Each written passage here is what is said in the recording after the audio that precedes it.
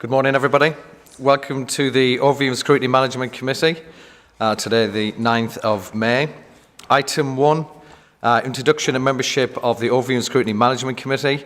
I'll invite each member of the committee to introduce themselves and that the panel that they chair. Councillor Andrew Cooper, I'm the Chair of the Environment and Climate Change Scrutiny Panel.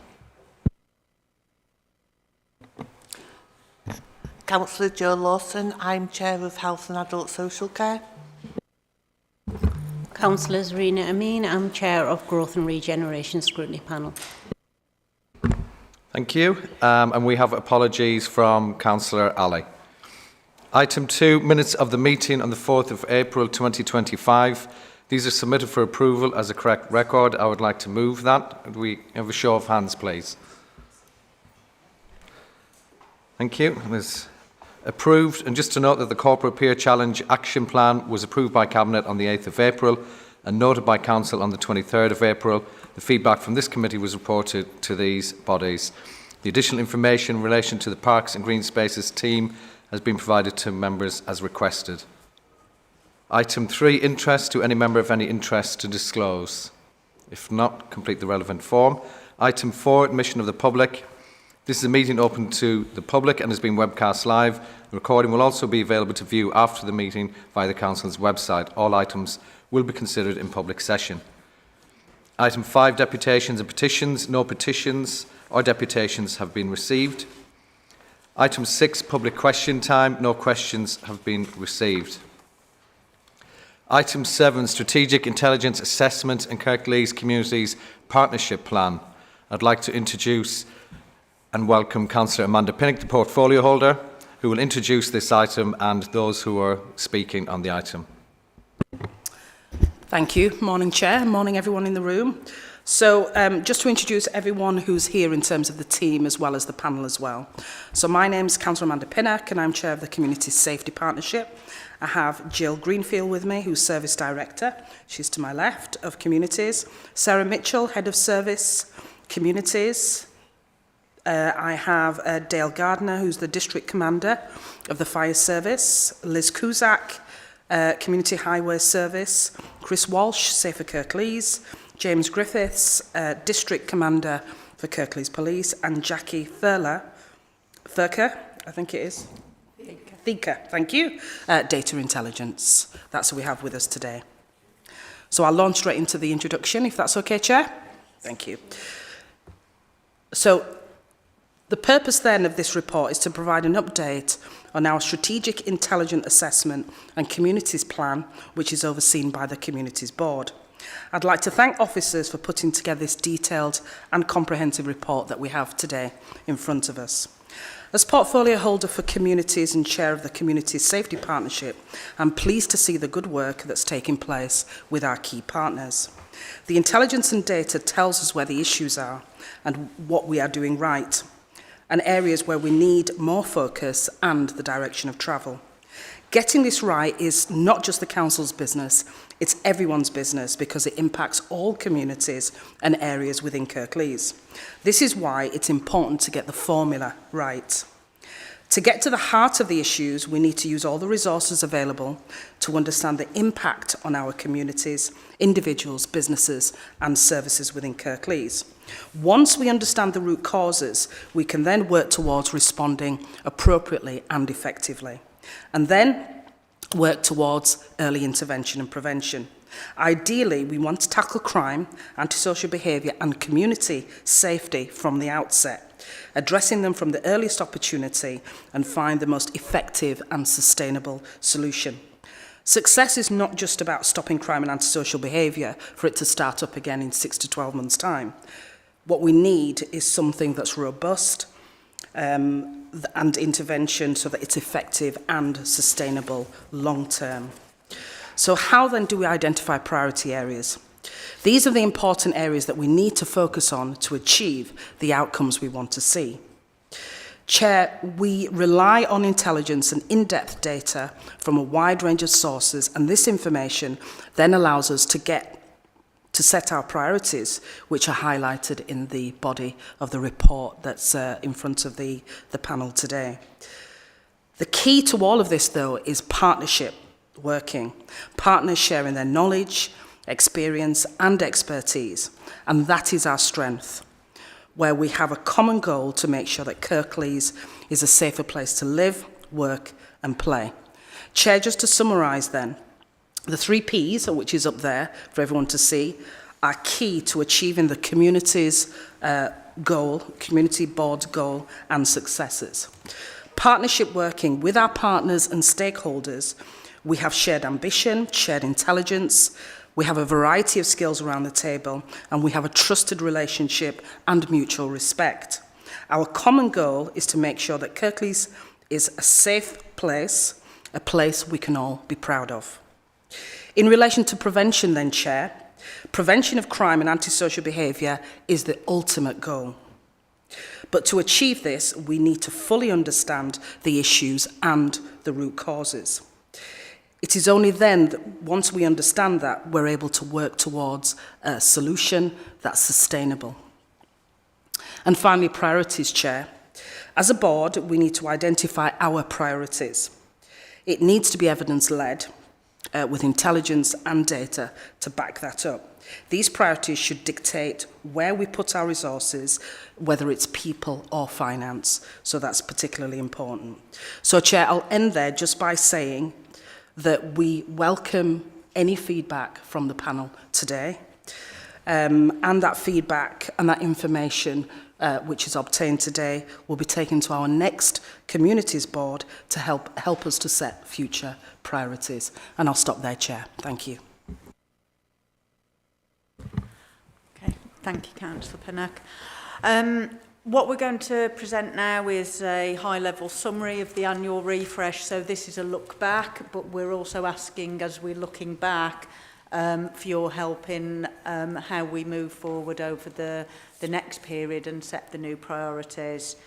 There aren't any significant changes to the data, although we do operate in a dynamic way that if there do emerge priorities, we are able to flex and reprioritise resources and focus across the partnership. What we are proposing is that we don't change those priorities, but we put additional focus on those remaining priorities for this year, whilst we also build forward in terms of a full refresh of the SIA and a new communities plan. And partners, colleagues and partners will talk about that as we go through the presentation. And I think key to that, as Councillor Pinnock has already alluded to, is really working on what are those indicators that tell us as a partnership we're doing the right things and at the right time. Just in terms of understanding a bit more about the background and the stats, I'd just like to hand over to Jim for a moment just to talk about some of the statistics across Kirklees before going back to Sarah and the team to go through the bulk of the presentation. Thank you. Okay, so I just want to draw your attention to that top sentence which is on there. And Kirklees statistically has 95 per 1,000 of the population, that is, which it says is lower than West Yorkshire area. It's actually the lowest in West Yorkshire. So statistically, Kirklees remains the lowest in terms of crime for all of West Yorkshire, and we also do well when we are statistically checked against our most similar groups and other boroughs in the country that have similar makeup to us from a crime point of view. Over the last 12 months, we've reduced crime by over 7%. I'm wholly aware that even though statistics can tell us all sorts of things, actually, whenever we get a serious incident, it's the perception or the fear of crime that actually impacts on our communities. So there's a lot more to do. I'm not saying we've really cracked this and we are nowhere near that. But what I am saying is the statistics in terms of Kirklees, and that's total crime, but it also includes things like violent crime, violence against women and girls, neighbourhood crime, which is situations such as house burglaries, robberies, vehicle crime, have all reduced in the last 12 months. So it could be seen as a positive picture, but there is still a lot more to do to continue that reduction and to make sure that people feel safe in the local area.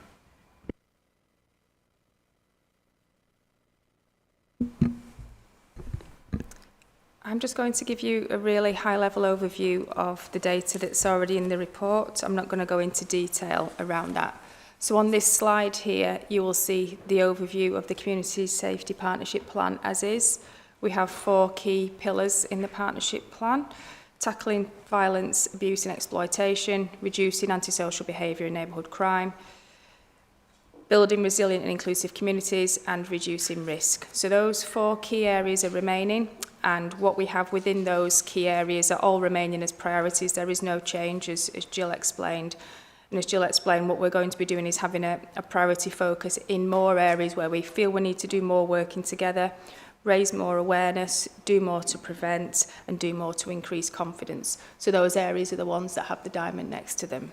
So I'm just going to go through, just in really high level, what some of this means. The next slide, please.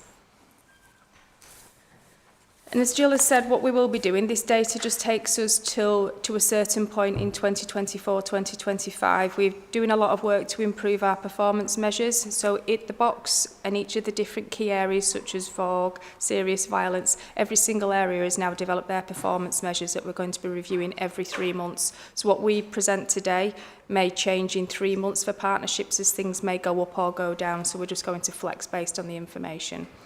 For this area of tackling violence, abuse and exploitation, the 2 areas that are standing out as areas where we want to do more working together, every single area in there is a priority.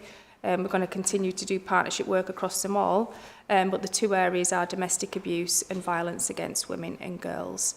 And the reason for us identifying these, and this has been in consultation with a range of partnerships and also at place with our partners, is that we have seen a reduction in domestic abuse incidents, but we have seen an increase in our domestic homicide reviews, and we just want to do as much as we can to raise awareness and prevention, and there's been a lot of work going on in our communities over the past few months to help us do that.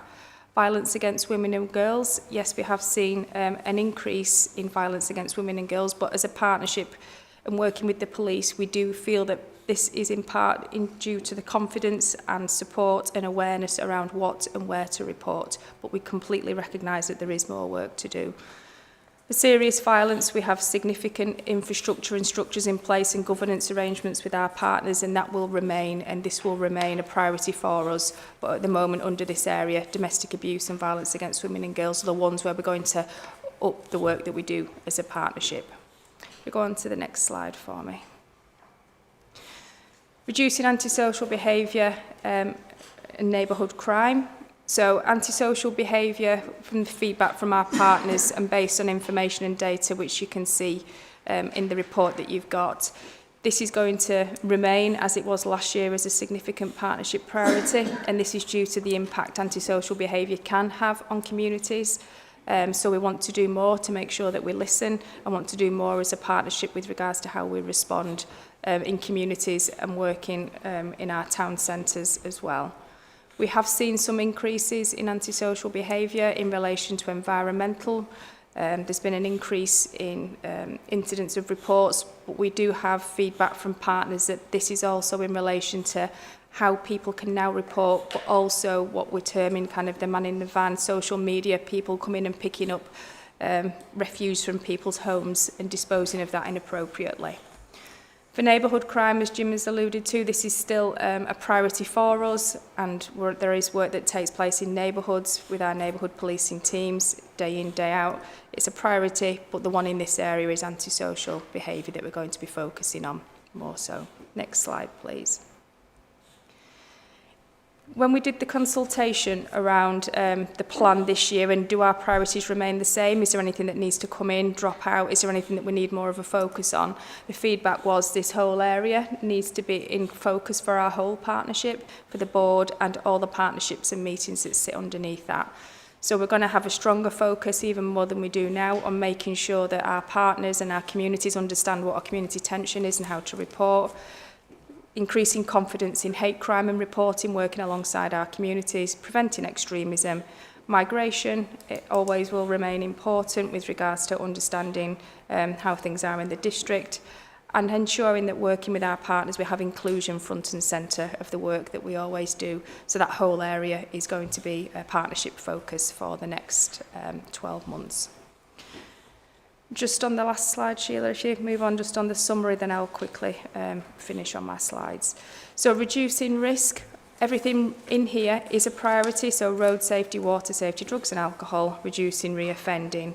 There has been a number in reduction of those seriously injured because of road traffic accidents. It's reduced by 20% based on the time that we did this data and information for the strategic intelligence assessment. So last year road safety was a high priority. It's still a priority this year, but it's not being classed as one of the ones which we're going to put additional partnership focus into. So across these areas, everything will remain and stay as it is, and the partnership work will continue as we have done. If you go on to the next slide for me, please, Sheila. So this again is just summarising. Those are all our priorities, and the ones with the diamonds are the ones where we're saying we're going to be doing more as a collective, working together, but these will be reviewed every 3 months using our new performance information and intelligence. If you just go on to the last one for me, please, Sheila. So the next steps for us, we just wanted to run our proposed priorities past you for focus for this year. Wanted to listen to what you have to say today and then take this information back into Communities Board. There's been no decision made as yet. This was the final part of the consultation for us. And what we're going to be doing this year is we want a full review of our strategic intelligence assessment, which we're working hard with our colleagues in police and fire and the council's data and intelligence team to look at seeing we can get the best data that we can keep reflecting and measuring and seeing what progress we make. We are wanting to build councillor engagement into the revision of the full communities plan. So we're going to be working with the Active Citizens team to do that over this next 6 months and make sure that we're coming out and listening to ward members and ward members' views, as well as taking on board what gets fed in already through the Safer Kirklees inbox and into the Police Partnership Intelligence portal.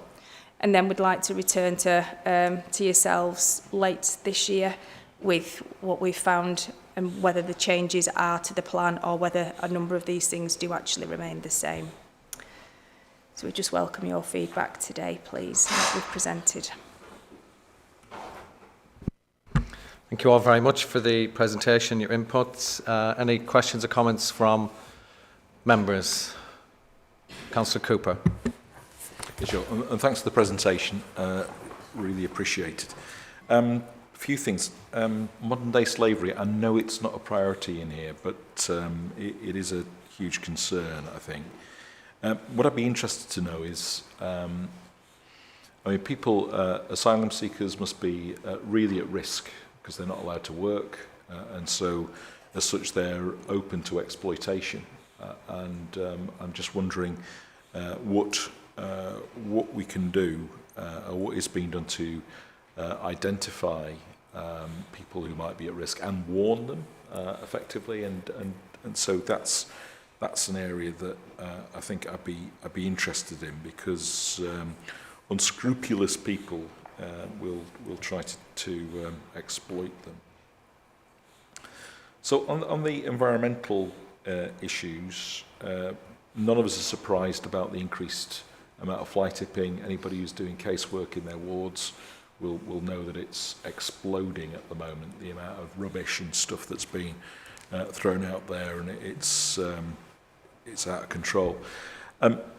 One of the areas I know that is an issue is that certainly the Green Space Action Team are not just overstretched as such, but there's less of them than there were, and so I'm a bit concerned about that. We used to have somebody who worked always in Newsham, but she's now having to work in about 3 or 4 wards at the moment, which she does a great job. Just want to say that. On preventing extremism, there's a sort of long-running concern within the Muslim community about prevent, and it's got I think it's got a very much a it's got a real issue in terms of how it's regarded by people. It's regarded as profiling people and so I just wonder how that can be addressed, because it is regarded with suspicion by many people. In terms of reducing risk, I brought up before about 20 mile per hour zones and the very positive experience that they've had in Wales. They've found that simply putting 20 mile per hour zones in and without measures, without the enforcement, that's had a generally a positive impact. And I know that flies in the face of perceived wisdom in Kirklees in highways, in terms of the things I've been told in the past. So I'd be interested in something on that, really. Reducing adult reoffending. I think the probation service is doing some great work, and we're really pleased about the use of community payback. Certainly they've been doing some work in the ward I represent, and they're helping the Newsham Centre with some of the things that some of the work that's going on there. So I think that's a positive area.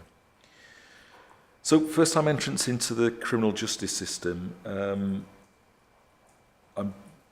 I know that some of the folks who do end up in the criminal justice system who are young people the first time and not in education, training, or pursuing sixth form college actively. I'm wondering if we're actually pulling those figures out, and we have and just like to know a bit more about our strategy for dealing with that. So those are my thoughts. Thank you. I'll let you respond and pass on where you need to. Thank you.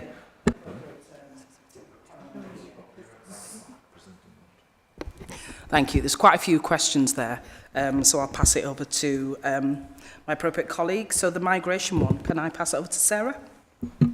Yes, thank you.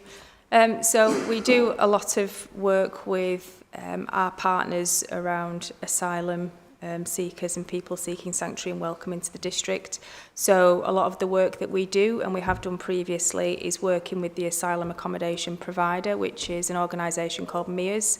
MEAS have been provided with training and awareness on a number of occasions around modern slavery and other community safeguarding risks and concerns. So they are the first person, the single point of contact for those that do arrive, but then working with our voluntary and community sector. We have a team and a bank of welcome mentors who are volunteers, and we ensure that working with third sector leaders, our mentors have safeguarding training working with third sector leaders, and our voluntary and community sector and our frontline workers as well. It's part and parcel of training, but it is an area of risk, and it is an area of concern because of the limited income that people have, and they are could be exposed to being introduced to activity that would be deemed unsafe for them to be involved in.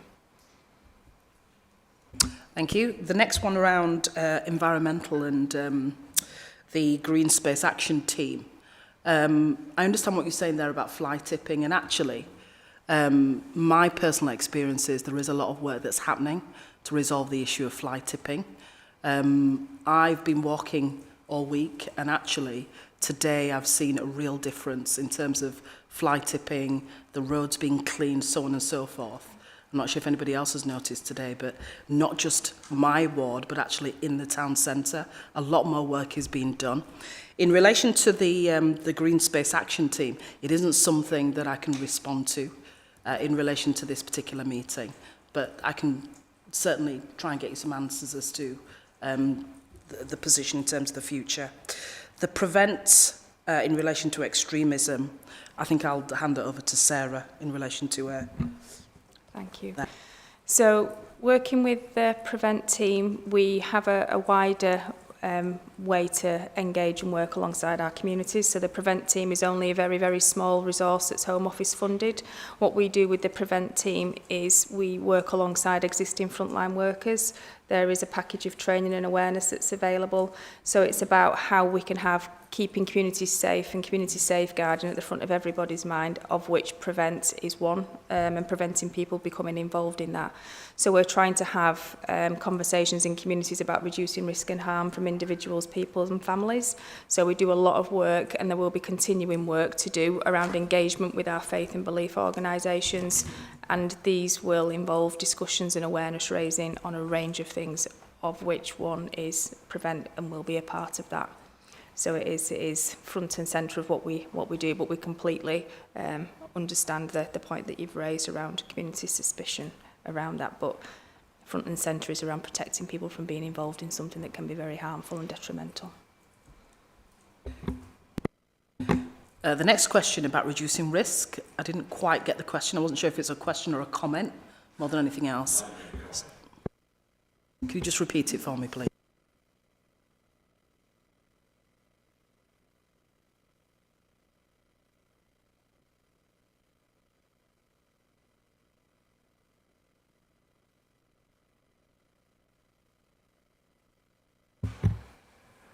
A couple of things. I did mention about 20 mile per hour zones and the experience in Wales, and about looking at that as a way of addressing road safety. I think we brought that up in the past.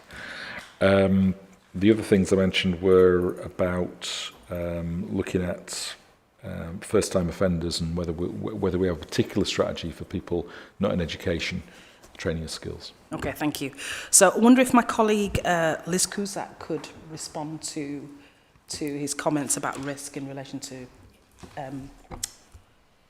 Vision Zero. Yeah, thank you.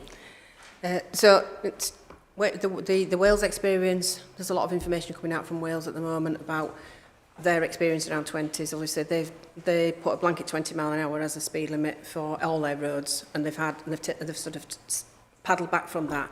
And it is true that they have had some successes in 20 mile an hours, but those predominantly have been in locations where the speed limits were at or about 24, 25 mile an hour, and they've signed them up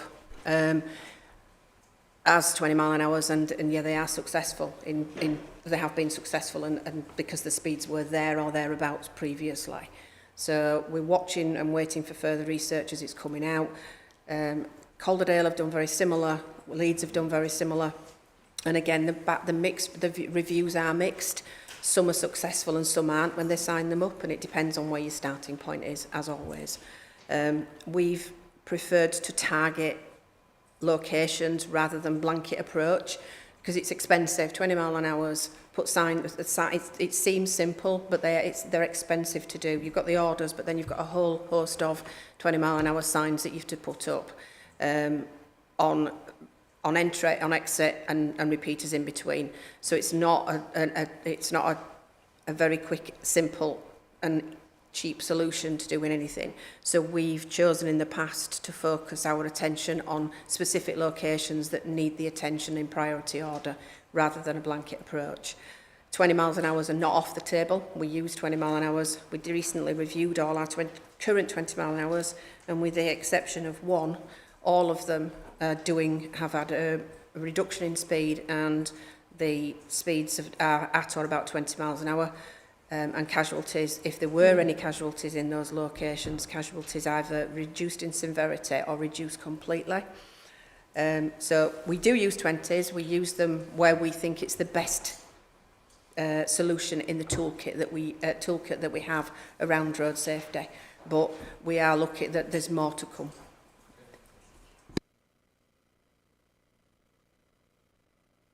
The last question about the reoffending strategy. Can I hand over to Jim?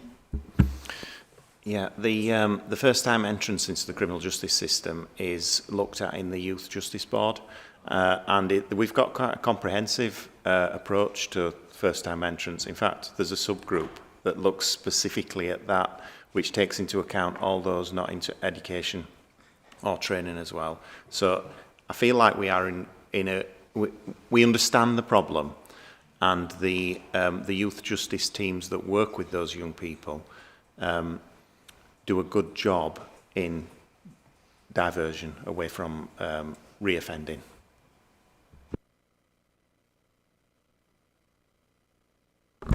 Any other questions or comments from members? Councillor Lawson? Thank you, Chair. I believe that the Wicker is actually targeting 35 schools, or there will be, is regarding the 20-mile-an-hour thing there, is around schools. It was an article, I think, in the actual Examiner, and I do feel that that may be some work that we should do. I know at the moment it is those with the different accidents, etc., but I think eventually it should be targeted out. It should actually be targeted out. Regarding the work of like Prevent, what work are we actually doing to look at the rise of far-right extremist organisations? Because obviously we had incidents last summer that luckily in Kirklees didn't come to mount. There was a lot of false alarms there. It's also, just as a comment, it's not, I think pleasing is the wrong word, but it's good to actually see that people are willing now to report hate crimes, because I can remember a couple of years ago leafleting outside of one of my local mosques, and somebody mentioned an incident, and I was saying, please report it. And in the end, we reported that on to Safe for Kirklees, because but there was a reluctance of, it happens, we just put up with it. And to me, people shouldn't have to put up with that thing. So it's good that the message seems to be that people can report it, they will be listened to, and it be taken seriously. Yeah, so the question in there was, I think, around the far right and what are we doing really to address the issue of the far right. So we are led by counter-terrorism police and their insight and intelligence at a national and a district level with regards to all different factions of extremism and the impact, one of which is a concern, is the far right. So there is information that is shared that is sensitive, that we are aware of in the certain governance meetings that we have for Prevent. We have a gold structure and a silver structure, and then what we call a bronze structure, which is where we talk about any instances and cases. But yeah, we are fully cited on any concerns, but there isn't a significant concern that we're flagging in the information that we've shared for you to be aware of in this forum. But yeah, I can assure you that we're cited on risks and concerns in the forums where we need to be in Kirklees. Thank you. Liz, is there any information or detail about 20-mile-an-hour discussions around schools? It'd just be interesting to know after the comment that you made. Yeah, so currently, as you mentioned, we've got, we're targeting 35 schools and 2 Sure Start centres as part of a priority list of schools. Those schools were identified when we undertook a speed limit review a number of years ago as schools that needed some attention with the speeds and the road network outside of them. It's our ambition to do them all. We had hoped that we'd be able to by now have secured additional funding, but it's proved difficult. But we are targeting starting with the 35 in the funding pot that we bid for from the CRSTS funding from West Yorkshire Combined Authority. So that's a sustainable travel fund that so we bid for that. It's taken us 3 years, unfortunately, to get the assurance through the assurance process in the Combined Authority to allow us to get to this point. So we have started work on those first 35 schools, but it is definitely our ambition to undertake an audit, and that's what we're doing with the 35 schools at the moment, is undertaking an audit of the highway network outside the schools, talking to parents and children about how they travel to school, and looking at what would encourage them to travel differently, active modes of travel, as well as what we need to do with the network to make them feel safer, to encourage them in that's active travel. So we're looking at mode shift with our schools, and we've had some massive successes with mode shift schools. So it's a whole package, but it is definitely our ambition to achieve all the schools in Kirklees have an audit. They used to have school travel plans. We used to have funding for school travel plans, but we haven't got that now. But yes, we are doing that.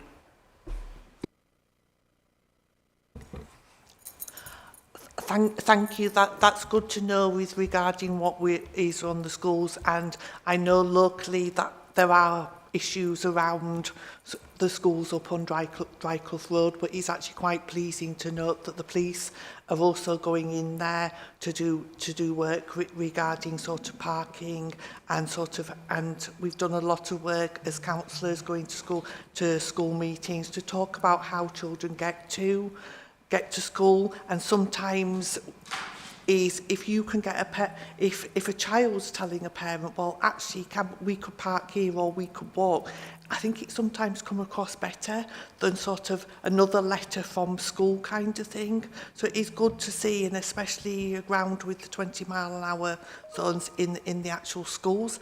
If I can just add a little bit to the fly tipping, is one thing. There are hotspots in all wards, but it just seems to me that all they do is, at the moment, is eventually get cleared up. I mean, my walk into the council meeting today was past a fly tip that I had actually reported in about 6 weeks ago when I first noticed it.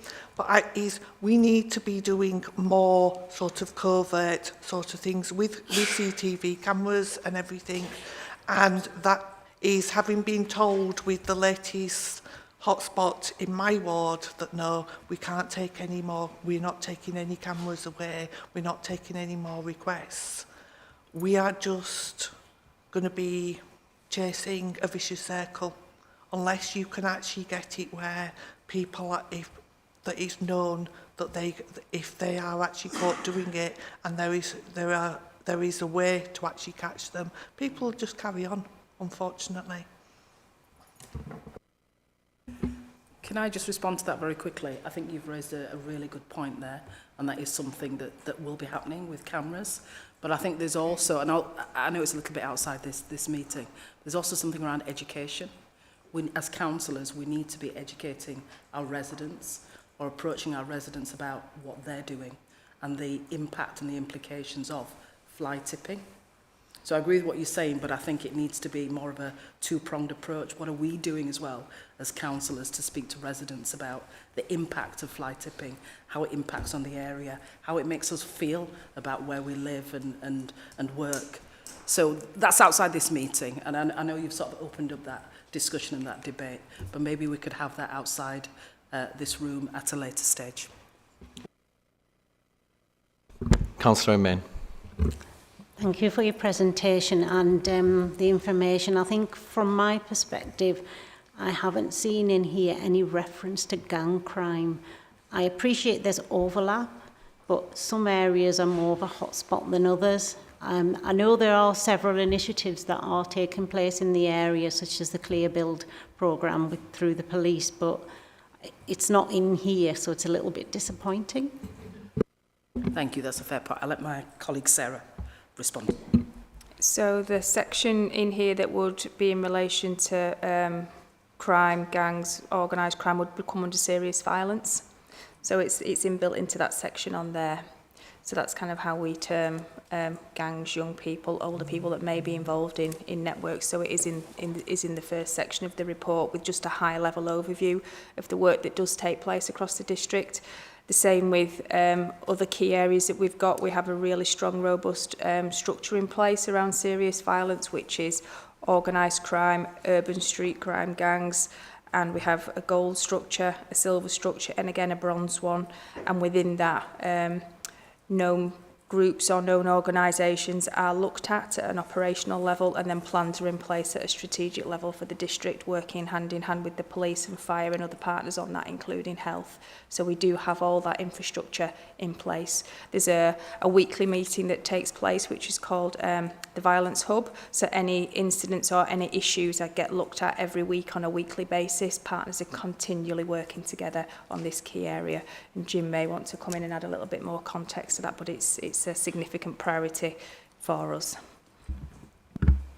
I'm glad you mentioned the Clear Hole build, which is taking place in a specific ward. It's really intense work to actually get that done across all partners. But like Sarah says, this is something that we keep a really close eye on and have really robust structures in place to make sure that we understand the picture. But that doesn't stop that encouragement of we need more information about it. And the more information that can come in, particularly around that partnership intelligence portal, the better equipped we are to deal with what we are faced with.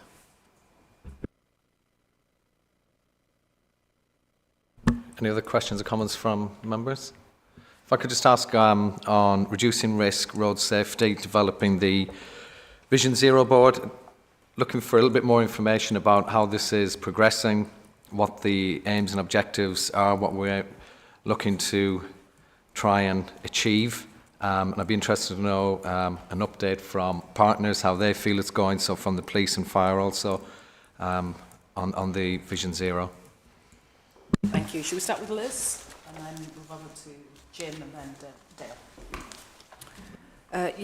The Kirklees Vision Zero partnership, or Vision Zero board, we are hoping we will be having a workshop with identified partners later on this month, with a full board, our first full board, sorry, not this month, into early June, with our full first board in July to sit in, which will then sit in line with and report into the West Yorkshire Vision Zero board, the next meeting of which is on Monday.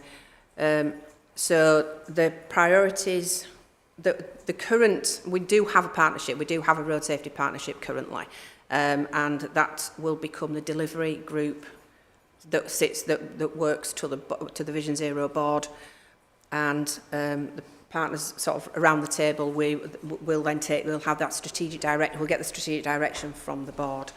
The purpose of the board is to target the resources that we need to be able to have a holistic approach to Vision Zero, not just a highways approach, not just a police approach, not just a fire service approach or a community safety approach, but we are all we're adding to that as well with other people within the council and other partners that we think will be able to help and push forward on Vision Zero.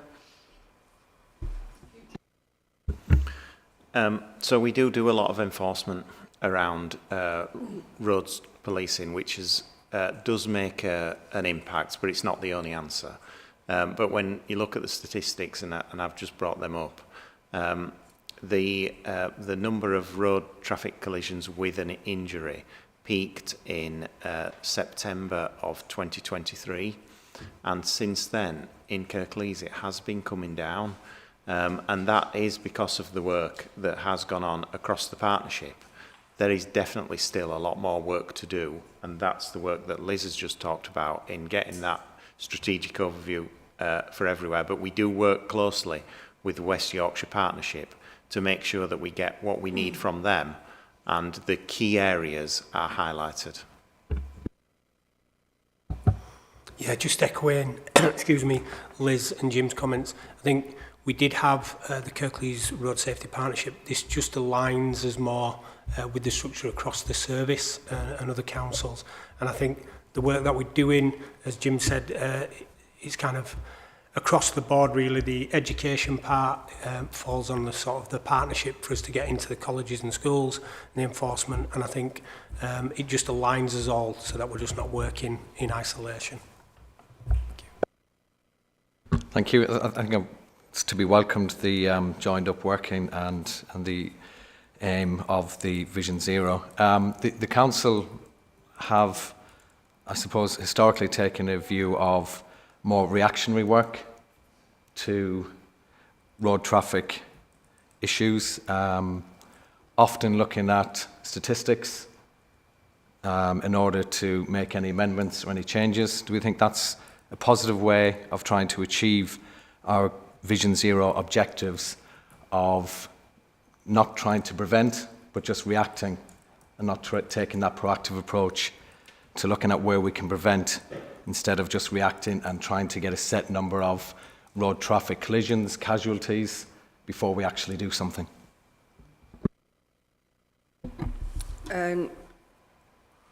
We are reactive. Road traffic collisions are reactive.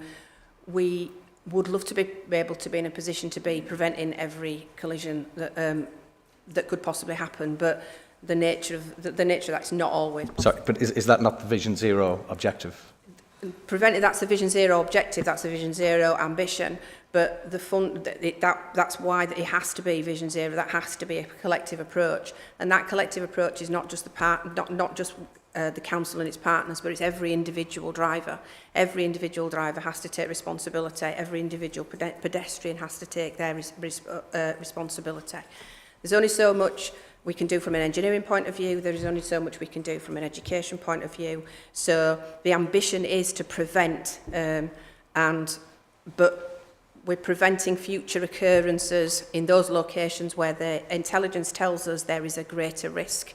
And that's where our funding's been that's where certainly the council's funding's been placed in the past.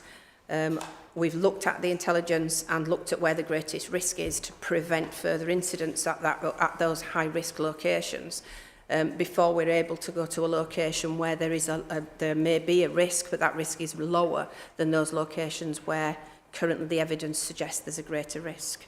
But by bringing in partners, by bringing in Vision Zero pledge for every individual to sign up to and for them to think about their behaviour, for us to target the intelligence that we've got and grow the intelligence that we've got by working closer with the police, with the National Health Service, with the ambulance service, and using that intelligence to give us more in-depth information. Damage-only collisions, for example, from the police, those damage-onlys are a risk. They're identified a risk. We use killed, seriously injured and our slight collisions currently, adding the damage-only information, which we're now getting far more information. We're now able to share more information from the police, adds an extra dimension to that as well.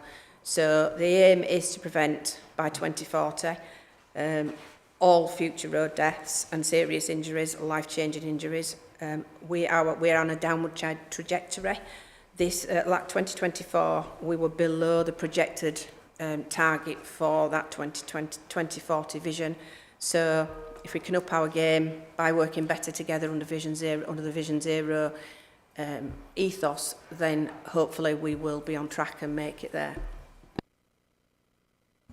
Thank you. Totally understand the better working together, but we mustn't also just pass on and leave it to somebody else to sort out. On the reducing risk, continuing enforcement of parking restrictions, in particular, not so much for the neighbourhood policing team, but from Kirklees enforcement point of view, it's when resources are available. How has this changed over the last year, and how do we see it going forward into the next year in our ability to enforce parking restrictions? I think we'd have to take that back to our partners. Yeah, I think, we'll have to take that back and get some answers for you about that. We don't have that information with us today. Thank you. Just a general view, and you may have touched on it during the introductions, about what mechanisms are in place to involve local communities in the development and implementation of the plan, ensuring that strategies reflect the specific needs and concerns of our different neighbourhoods and communities. Yeah, I mean, it's a really good question. I think paragraph 7, next steps and timeline, talk about involving communities and councillors, but I'll let Sarah respond to that.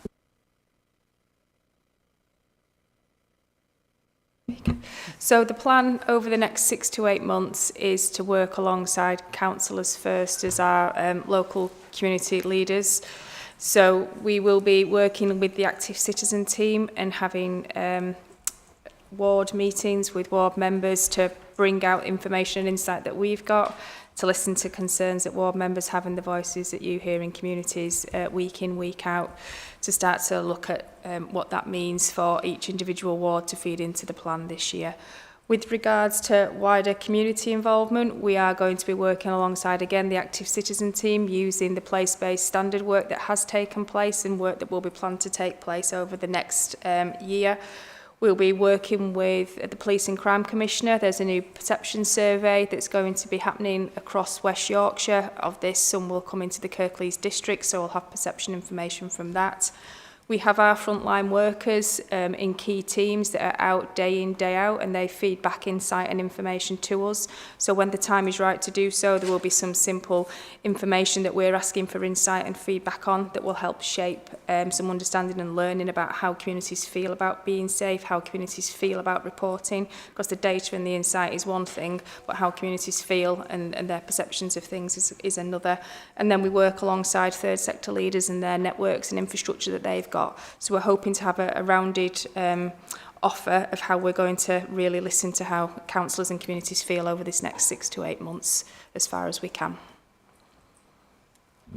Thank you. I think that greater involvement will really make a positive impact and really progressive. So really welcome that. I think it's really good to involve as many as possible in trying to meet the needs of all of our communities and residents. So thank you for that. Are there any other questions or comments from members?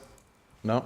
Okay, so I'd like to thank you all for your attendance. Thank officers, cabinet members and partners for attending to present the update. That the priorities for 25-26 are set out in the report be supported. That the progress made by the partnership during 24-25 be noted. And that the proposal to undertake a full review of the strategic impact assessment and to develop a new communities partnership plan for the period 26 to 29 be supported, and the proposed consultation with all councillors and scrutiny at an early stage be welcomed. Thank you very much.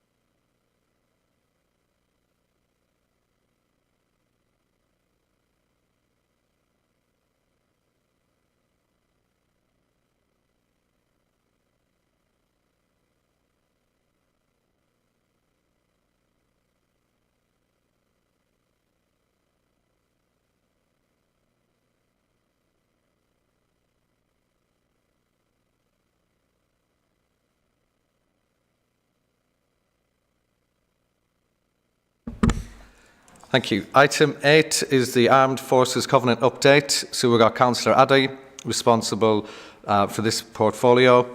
So I'd like to invite Councillor Addy to introduce the item and then introduce the other attendees. Thank you, Chair. I'm very proud to be here today as the Cabinet Member Lead for Armed Forces Covenant and a Cabinet Champion with particular focus on progressing health and wellbeing priorities through portfolio contacts and boards. I work closely with Councillor Masood Ahmed, the elected Members Champion for the Armed Forces Government. Do you want to introduce your role, Councillor Ahmed? Thank you, Councillor Addy. Thank you, Councillor Addy, for introducing me. My name is Councillor Masood Ahmed, and I'm the Armed Forces Covenant Champion. Thank you. Councillor Ahmed also chairs the Armed Forces Covenant Board, where we have contacts, partners and that coming to look at ways forward. Officers present today, we have Veena Randhawa, who's the Democracy Manager. And could you like to introduce your role, Veena? Hello, yeah, Veena Randhawa. I'm part of the Council's Governance Service and work as a Democracy Manager. And as part of my role, I provide both practical support to the Armed Forces Covenant Board, but also support its development and working closely with councillors to do that. And we have Mick Riley from Tommy's Lounge here. Mick is a veteran and a member of the Covenant Board. Would you like to introduce yourself? Yeah, good morning. My name is Mick Riley, as mentioned. I am one of the co-founders of Tommy's Lounge and also the director of our new charity, Tommy's Voice, which falls underneath there with the work that we're doing within the local armed forces community. Mick will be telling us more about Tommy's Lounge and its work in a moment. It's important to say that as a council, we are committed to supporting the armed forces community, and we do that by working in partnership with services across the council, collaborating with external partners, local and national charities and other public sector organisations and businesses. We'll work towards understanding the needs by working with local organisations such as Tommy's Lounge and the Rural Veterans Hub. And it's important to highlight that although we continue to make progress, there's always more we can do to remove disadvantages faced by the armed forces community. The Covenant duty is a legal obligation to pay due regard to the principles of the Armed Forces Covenant. It doesn't mandate advantageous treatment of the armed forces community. However, in some cases, special consideration is appropriate for those who have given the most, such as those injured or bereaved. So I'm going to hand you over now to Veena and Councillor Ahmed, who are going to give a brief introduction to the Armed Forces Covenant, its progress to date and future priorities.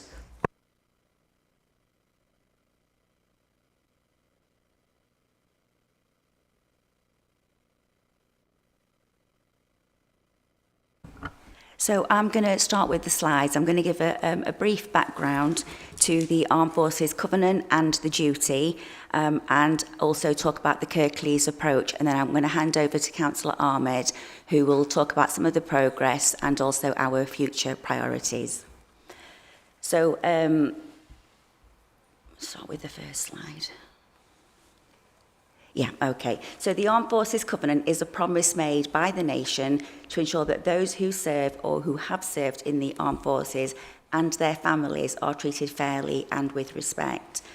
The principles of the Covenant are to remove disadvantage faced by the armed forces community, to recognise the sacrifices that they've made, and also in some special consideration, in some cases, special consideration is appropriate.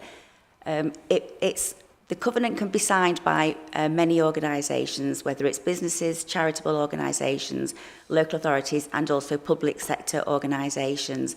And I think it's important to say that it is very much a partnership approach in Kirklees. Just some information there about the West Yorkshire region. So we have 306 organisations that have signed the Covenant across the region, of which 47 are based in Kirklees, and quite a few of those are actually actively engaged in our Covenant board, I'm pleased to say.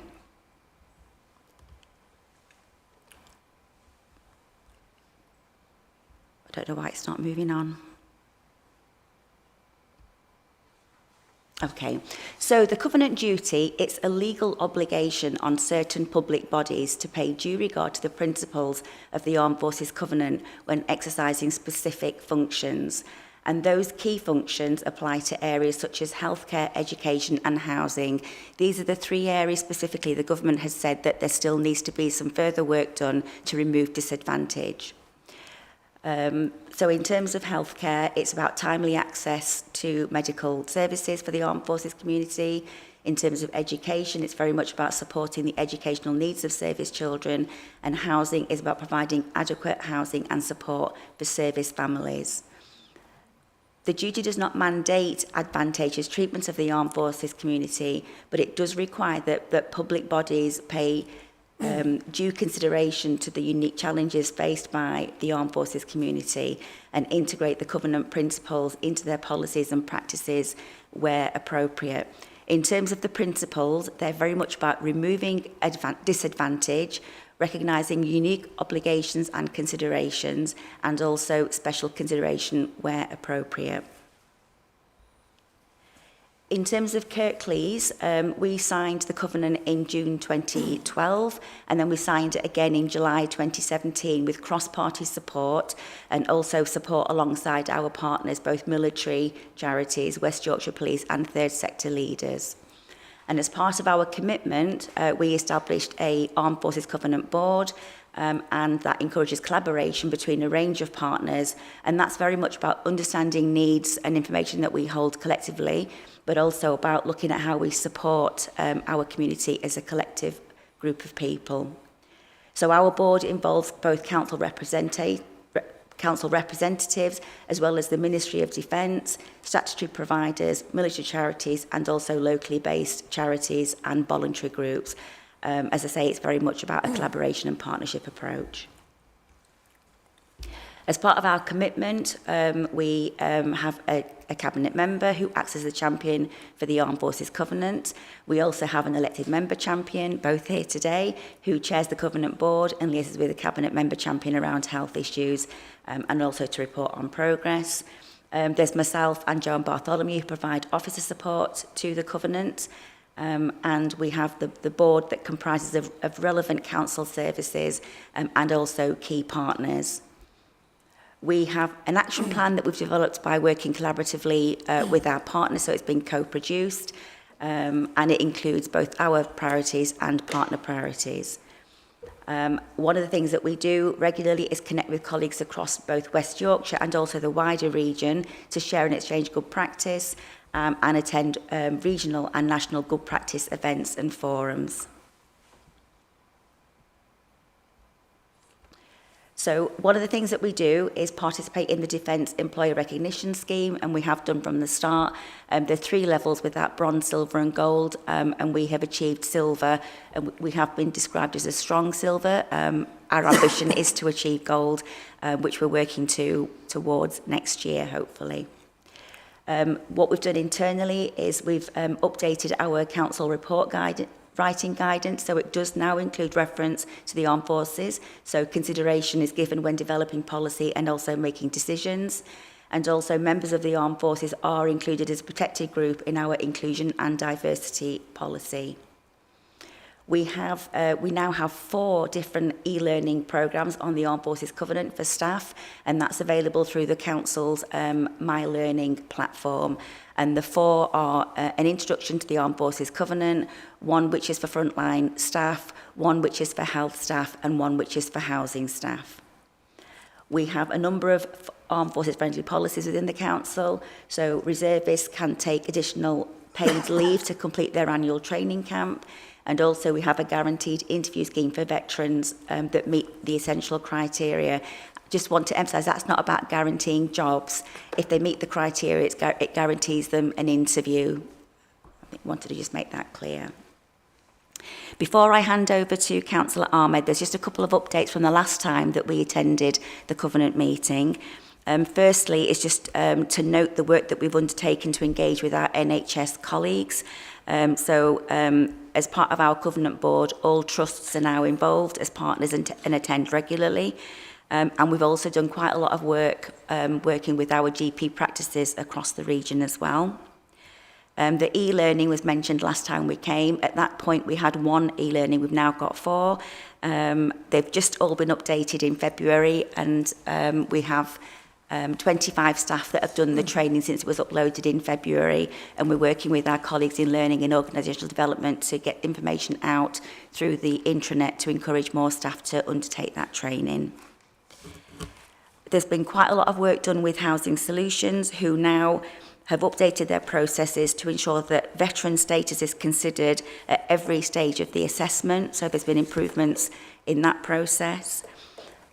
We did talk about doing a survey last time we came, and that was undertaken across West Yorkshire. However, the response was really, really low, and we only had about a 9% response from Kirklees to that survey. So moving forward, we'll be looking at doing that in a very different way, and that's about working with our partners and colleagues to engage with our community. And then we did have a budget that was allocated based on recommendation from Scrutiny of 20,000, and Councillor Ahmed was going to cover how some of that's been allocated when he covers his next slides. And at that point, I'm going to hand over to Councillor Ahmed. Thank you, Verena. Thank you, Chair and members. I'm just going to give you so far the progress of the Armed Forces Covenant. So, since we last came, there's a web page with key information and links for members of the Armed Forces community. We promote the Armed Forces Covenant with external stakeholders, businesses, Armed Forces groups, charities, residents, to raise awareness and understanding of the Covenant. In partnership with Kirklees local TV, we created an Armed Forces page on the KLTV website to host information, which they do. They do podcasts, vlogs, interviews, celebrating our armed forces. They also raise the awareness and encourage access to the service, as well as what we currently do as well. Through the Covenant meetings, we've got themed, obviously, awareness themes that we have. So we've had health, care, health and wellbeing support for veterans among our partners. We've ensured NHS trusts and other relevant healthcare providers are represented at Covenant meetings.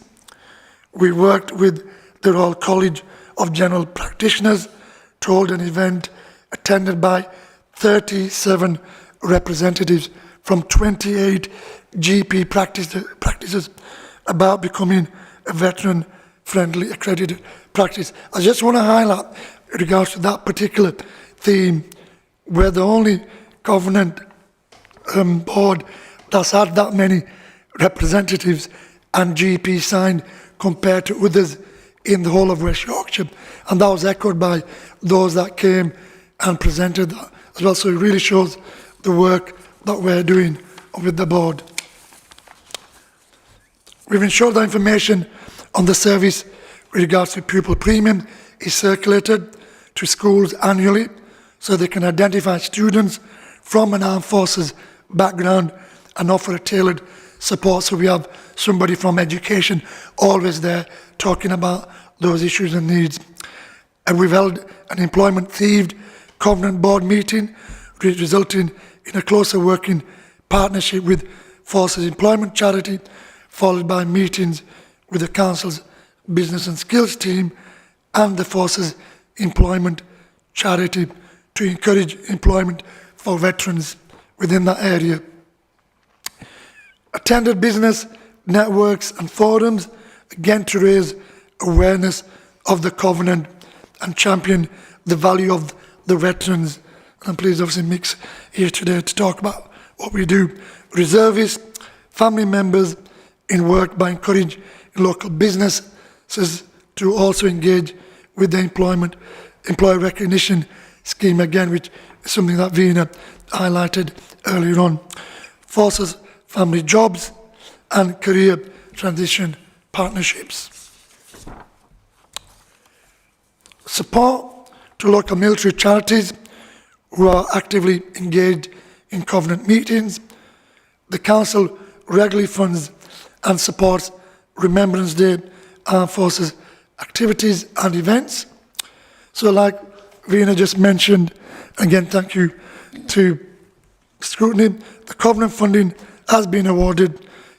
Kirklees KLTV got 6,500 match funding for a National Lottery Heritage Fund that they secured of 131,868 to produce a documentary educational workshop celebrating Huddersfield's Windrush veterans. Tommy's Lounge, again Mick's here, will talk more about that. We supported them with a £1,000 grant in terms of the running costs.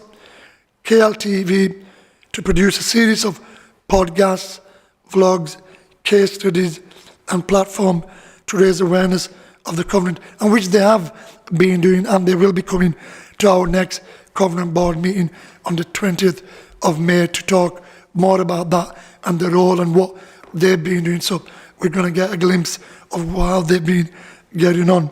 Tommy's Lounge and KLTV, £1,300 match funding to produce a series of messages of support over Christmas holiday period for the armed forces community. So future priorities: encourage staff with a military connection to act as a consultative group and help shape the work of the Covenant board. Work with council services and local military charities to brief staff on the Armed Forces Covenant, our Covenant pledge, and also to better understand the unique experiences of armed forces community. Greater collaboration with the West Yorkshire Combined Authority and neighbouring West Yorkshire local authorities. Closer joint working, sharing best practices and working more efficient use of resources. Promote armed forces e-learning, again something Vina highlighted earlier on, and suicide prevention training available free via Zero Suicide Alliance to staff, partners working with or coming into contact with veterans. We'll continue to work with GP practices on their journey to become veteran-friendly accredited, encourage GP practices to sign the Armed Forces Covenant as a sign of their commitment to the Armed Forces Covenant, strengthen links with the cadet movement in Kirklees, and I know the chair was a big advocate of that when he was the mayor. So involvement of the Covenant Board, events and the democracy-friendly programme, and identified external funding to support the Kirklees local TV Armed Forces Covenant platform and support Tommy's Lounge with the fantastic work that they do to secure external funding to establish a one-stop shop for all and any issue armed forces related. Thank you, Chair. I'll now pass you on to Councillor Hardy to bring in. Thank you, Councillor Ahmed and Vina. That's a great overview, and you've described some, great work we're doing and the future priorities. And I'd like to bring in Mick from Tommy's Lounge, who's going to tell us about the work they do as a key, and are obviously influencing us as a key partner. Thank you very much. I've been asked to give you a brief outline of Tommy's Lounge, a little bit of its history, the work that we're doing at the moment, especially along with the Armed Forces Covenant Board. Tommy's Lounge was a concept born out of necessity, really. I did 27 years service myself, went to 8 operational tours across the Balkans and the Middle East. And it was only when I left the army after 27 years, within 6 weeks, my life imploded. So this is all about lived experience. By imploded, I mean my marriage of 24 years stopped instantly. I found it very, very difficult to get a job, even though the qualifications that I held within the military are civilian qualifications themselves. I'd never attended an interview before. I'd never needed one. I've never written a CV before. I've never needed one. In fact, the Career Transition Partnership for everybody leaving all 3 services dedicates no more than 2 hours to CV writing workshops for people leaving the forces. So you can imagine somebody leaving the forces, it can be quite difficult, that transition from that life. It is a lifestyle, it's not just a career or a job. Long and short is, within 6 weeks, I'd been diagnosed with post-traumatic stress disorder. Along with that came depression, anxiety. I made an attempt on my own life, and that was the real kick up the backside that I needed to seek some help. And even then I didn't want to, because the stigma attached to, certainly for senior soldiers, to men's mental health, it just wasn't the thing to do, and still isn't in some cases, which is why we're trying to do what we do at Tommy's Lounge. The long and short is, fast forward a few years, I met my now partner Jen, who was running an organisation called Behind the Heroes, based out of Mirfield, taking guys like me away into the countryside, lighting a fire, back to basics, away from city noise, and talking and going through that lived experience together. I did attend counselling. I didn't get on with that very well at all, because the counsellor that I was in front of at that time for PTSD, I was his first ever military sort of subject, and I won't go into minute detail, but effectively he sort of explained that my PTSD was nothing to do with my military experience or the operational tours that I'd been on, or the things that I'd seen or witnessed. So from that last counselling meeting, I went over to a veteran support group at Merseyside, which is where I'm obviously from, and I just burst into tears. I broke down. Another guy that I'd only known a couple of weeks, a fellow veteran, over a couple of beers, we started chatting about places like Afghanistan, Iraq, some of the different tours that we'd been on. Kosovo was a big one for us with the atrocities we saw there. And I felt instantly better, because I was talking to someone that had a credible history. When he said, "I know how you feel, Mick," I knew he actually knew how I feel, rather than somebody just sat at the other side of a desk. And I was talking to Jen about this, and she came up with an idea. She's not a very big drinker, my now wife, but she is a coffee snob. And every time we went to major coffee lounges anywhere, I would always get to a point where, being a gentleman, I would get the coffees while she picks a table, but then I'd move her every single time. I need to sit with my back to a wall. I need to be able to see every single exit. I need to see who else is in there. I need to know whether there's a threat. I know there's not a threat, but in the back of my head, the PTSD, the anxiety and everything that goes with that and the military training makes you automatically feel that there is, and you can't relax. And Jen said to me, wouldn't it be great if you were to be able to have that credible one-to-one veteran talking to veteran through those life experience without beer? Because the worst thing for a lot of people with mental health is to try and find that solution at the bottom of a bottle, and many of us do. I did myself. So we thought, right, okay, what do we do? And she said, well, let's see if we can open a coffee lounge.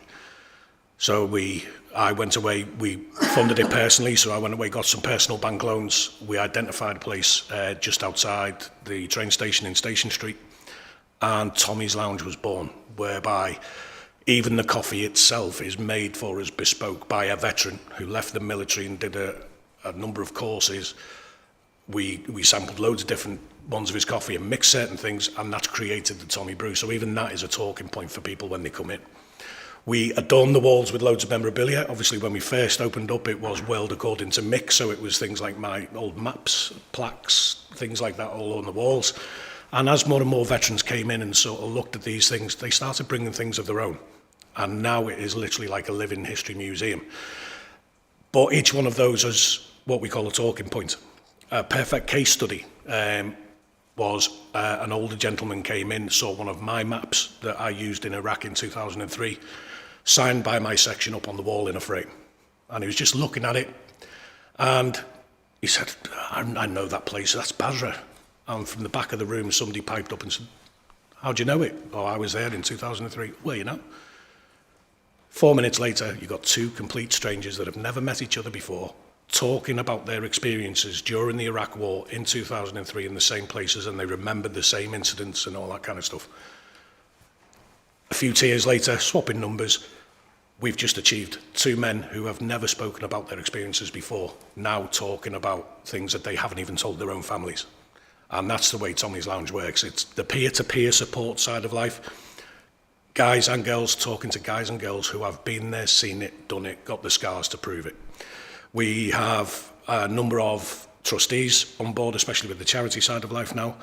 One of those, James Cairns, he was a young man from Huddersfield who was shot by a sniper in Afghanistan and lost his leg.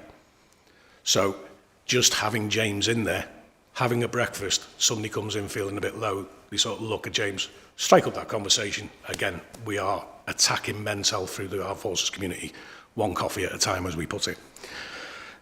We were invited very kindly to join the Armed Forces Covenant board to give ground truth, and that is exactly what we do. Masood and Vina will vouch for the fact I do not hold back. I'm an ex-regimental sergeant major. My job was to make sure my regiment ran disciplined and smooth, and it didn't matter whose toes I stepped on. If I wanted the result, that result was achieved. And I sat Masood and Vina down in Tommy's Lounge over a coffee and gave them the ground truth of this is what as we always called it in the military, the ivory tower perceived to be happening in the local community. This is what is actually happening. And from there, we sort of developed that relationship, and we volunteered as Tommy's Lounge and now the charity Tommy's Voice to be that one-stop shop for every department within Kirklees Council. Why do we do that? It's not for any self-benefit for us.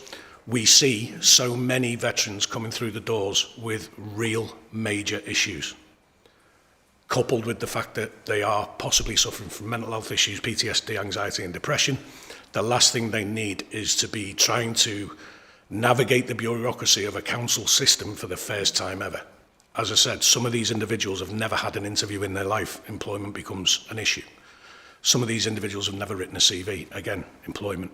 They've never had to claim for benefits before because the military look after everything for them. And it sometimes sounds a bit silly that a grown man or woman can leave the forces and not actually realise that they need to budget for things like their rent. They've never had to pay rent before. That's been taken at source out of their wages. Food and accommodation, healthcare, gymnasium type sort of stuff and health and fitness, dental care. They've never had to navigate how to get to these services before. So that's where we come in. We sort of provide that buffer. Our biggest customer is housing by far, because, again, we understand that the council has policies and processes in order to do things. Your basic veteran who is in need doesn't understand that, or can't understand why. During his military service, if he needed something doing, it was done there and then. Sometimes the policies and processes within Kirklees Council can make these things take 2, 3, maybe 4 weeks longer. So we sort of ease those frustrations and act as that buffer, if you like, to stop that aggression, frustration coming back to Kirklees. What have we achieved in Tommy's Lounge this year alone? We have become members of the Association of Service Drop-in Centres, which now gives us the big tick in the box and accreditation to be Kirklees Council's one-stop shop for anything armed forces related. We've taken 3 veterans from homelessness into housing. A lot faster, obviously working with the housing department, a lot faster than it would have done usually. We produced PTSD awareness cards, whereby if a veteran is suffering at that time, for me personally, I don't know why supermarkets are my trigger. I know it's a trigger for a lot of people. You don't have to have PTSD to do that. But we've been around all the supermarkets and given them a PTSD awareness card, so that if a veteran is presenting as anxious, some even present as drunk, if you like, once the PTSD and the shaking and everything really kicks in, they've got a card. They don't have to say a word, they just hand the card over. And people in the supermarkets are trained to read that card and do what the card says, which is get these individuals somewhere quiet, let them compose themselves, ring an emergency contact number on the back who can ground them. Over 250 of those cards have gone out nationwide, now free of charge. We've helped people with benefits through Jan Baxter, who's been absolutely amazing. Pensions, a lot of veterans don't understand, especially the slightly older than me generation, that they have to apply for a military pension if they did more than 3 years after 1975. And we recently had a guy come in who was on his last sort of pennies in the bank, living on benefits, housing benefit, all the rest of it. He was facing bailiffs at his door. Came into Tommy's and I just mentioned to him, how old are you? How long did you do? Well, 12 years, I'm age 60. Come with me. We applied for his pension for him, he didn't even know it existed. Next thing, he's got a 5-figure sum in his bank and he doesn't have to claim benefits anymore. His pension covers all his basic living. Veteran ID cards, which obviously helps. It's a government-issued photographic ID. A lot of these guys that are coming through our doors now don't have a passport, don't have driving licenses. So the Veterans ID card has been their only form of photographic ID, which they need for most things nowadays. The peer-to-peer support piece that we do is our daily business, getting people just talking. It's not one of these places where you go in and it's just all military talk, or it's all talk about how I wanted to kill myself and all that kind of stuff. Actually, it's just a coffee lounge. But now and again, the way it's set out and the people who are in there encourage that peer-to-peer credible support if somebody is feeling low. We've organised days out. We now work with Huddersfield Town Foundation. They provide every Wednesday a veterans brunch club in which they give £5 per head to veterans and their families as well for 2 hours to come into Tommy's Lounge, have a brew, have a bacon butty or whatever, and have that chat. We have dealt with many veterans in crisis, which is why I'm sort of getting onto at the moment the sort of suicide prevention side of life. Excuse me. Another case study for you is a soldier, ex-soldier, who was working in town on the construction industry, suffered a breakdown at work, and he was on his way home, and he was going to the train station, walked past Tommy's Lounge, saw some of the military stuff in the window, didn't even know we were there, and he called in to grab a quick coffee. While he was in there, we could see something was wrong, and we just started chatting. But more importantly, we started having that old-fashioned military banter. So the one thing in Tommy's Lounge is we advertise it as a safe space where people can be themselves. So sometimes the air is blue. Sometimes there are very inappropriate jokes and things like that. But that's the way the military work. We work sort of on dark humour throughout our careers. And when we started that sort of banter between the sort of regiments, a smile appeared on his face and he gave back just as good as he got. Came back the following day, he's now part of the fixtures and fittings and is now one of our advocates. And we later found out that he was going home that day, walked out of work and he was going home to end his own life. But walking past Tommy's and just calling in and having that brew and finding that friendship and peer-to-peer sort of support in there, that changed his life and turned it around. And now he uses his stories, much the same as I've just done with mine, to help others in the same situation. Challenges that we face, and these aren't just challenges for Tommy's Lounge. Well, the first one is a major challenge for Tommy's Lounge is funding. As I alluded to earlier, I took 2 quite large personal bank loans out in order to get the place established. We were going to close the doors last year because there is not enough money coming into the till in order for it to sustain itself and its overheads.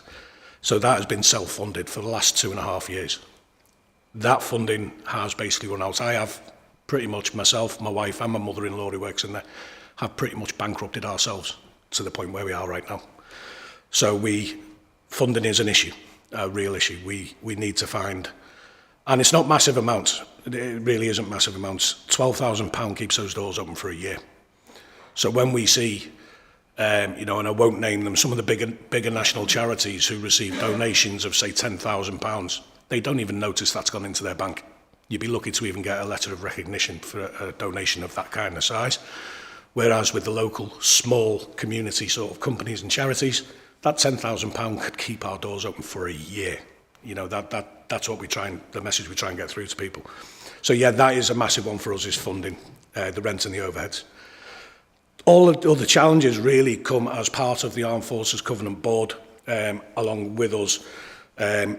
Council policies, and I'm not going to slate any particular department or anything like that, but this is the realism, the ground truth of what I'm sort of here to do.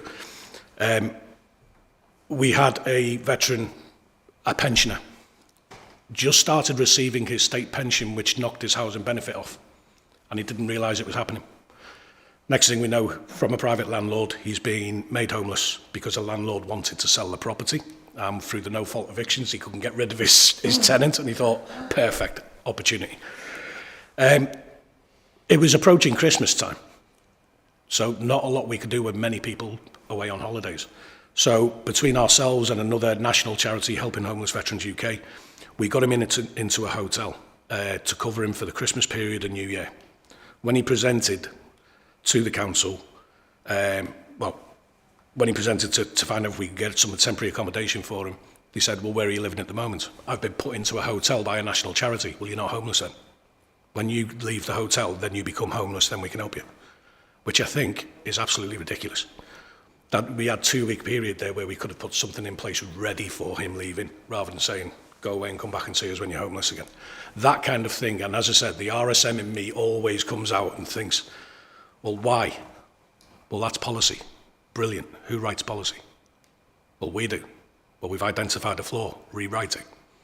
That's. I know it's not as simple as that, obviously, in the grand scheme of things at a strategic level, but that's the kind of things that veterans on the ground are asking.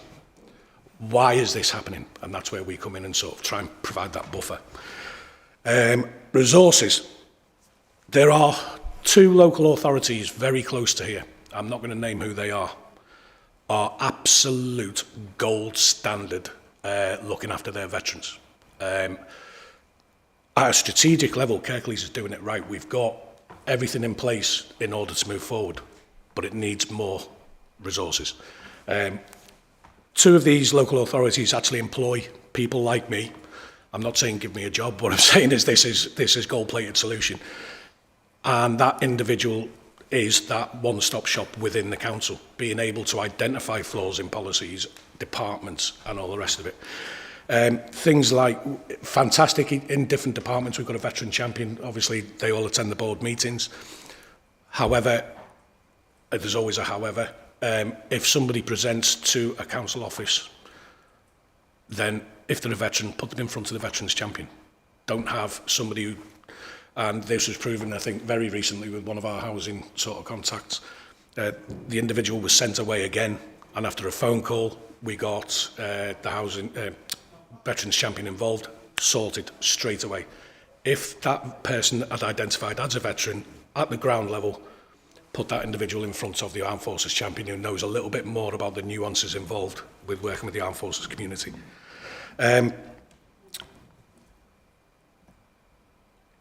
Communication and events, again, I think we're just falling slightly short on that at the moment. Things like the VE Day, and again, this is messages that have been relayed to me. I've told quite a few people over the last week that I was coming to this, and this is from the mouths of veterans within Huddersfield and Kirklees. Well, what events are happening? Well, we don't know.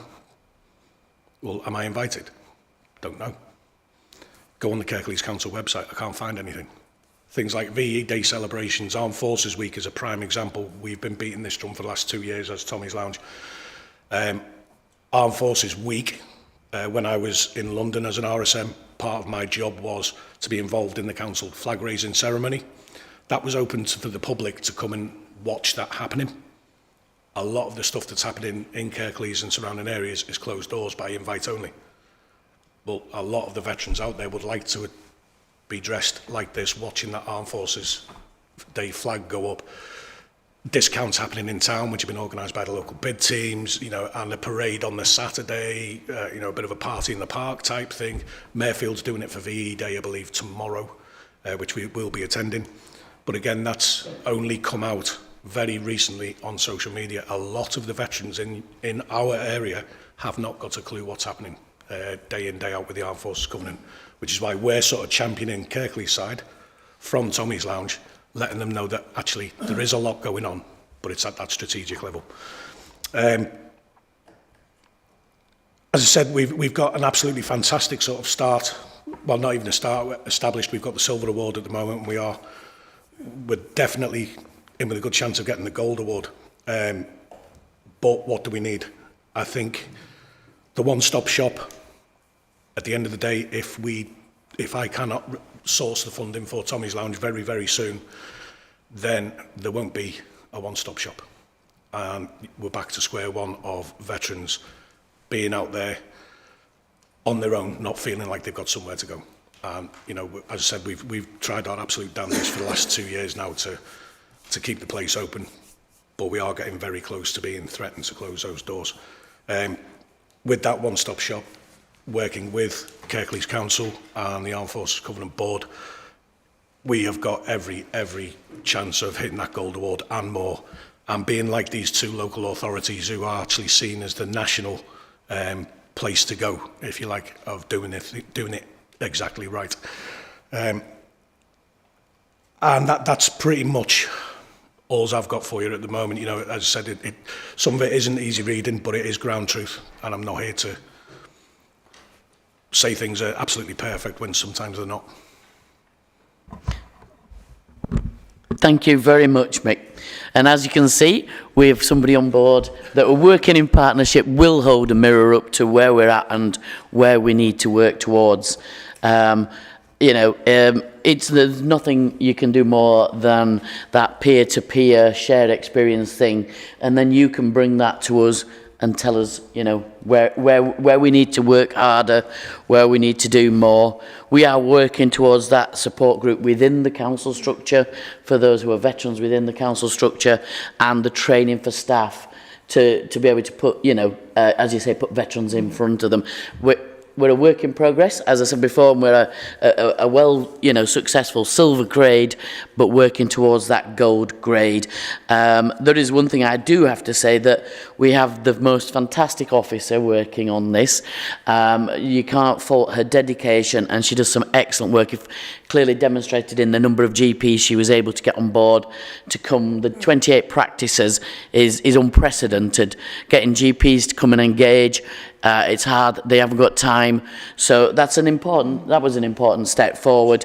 We won't give up. We won't stop, and we're going to work forward. And I'd like to work with you and see how we can work forward towards that funding to keep your premises open. So open that to yourself, Chair, and questions. Thank you very much. Thank you, Councillor Addy, Councillor Ahmed, Vina and Mick for your updates, and for Mick in particular for enlightening us about the work that you do at Tommy's Lounge, and being so open and frank with us about what you do, what you deliver, and the restrictions and restraints that you are facing at the moment. I hope with the people in the room and everything else that we can continue to work together to try and overcome some of those barriers and risks that you face at the moment. But really appreciate you coming to be able to speak to us about that. I'll just open up to any questions or comments from panel members. Councillor Amin. Thank you. First of all, thank you to everybody for your presentations. Thank you, Mick. Thank you for your service. And also thank you for sharing your story. And I know it wouldn't be easy to do so. I actually want to focus on the mental health side of things. I really commend you, Vina, for getting 28 GP surgeries on board and the work you've done. That's absolutely excellent.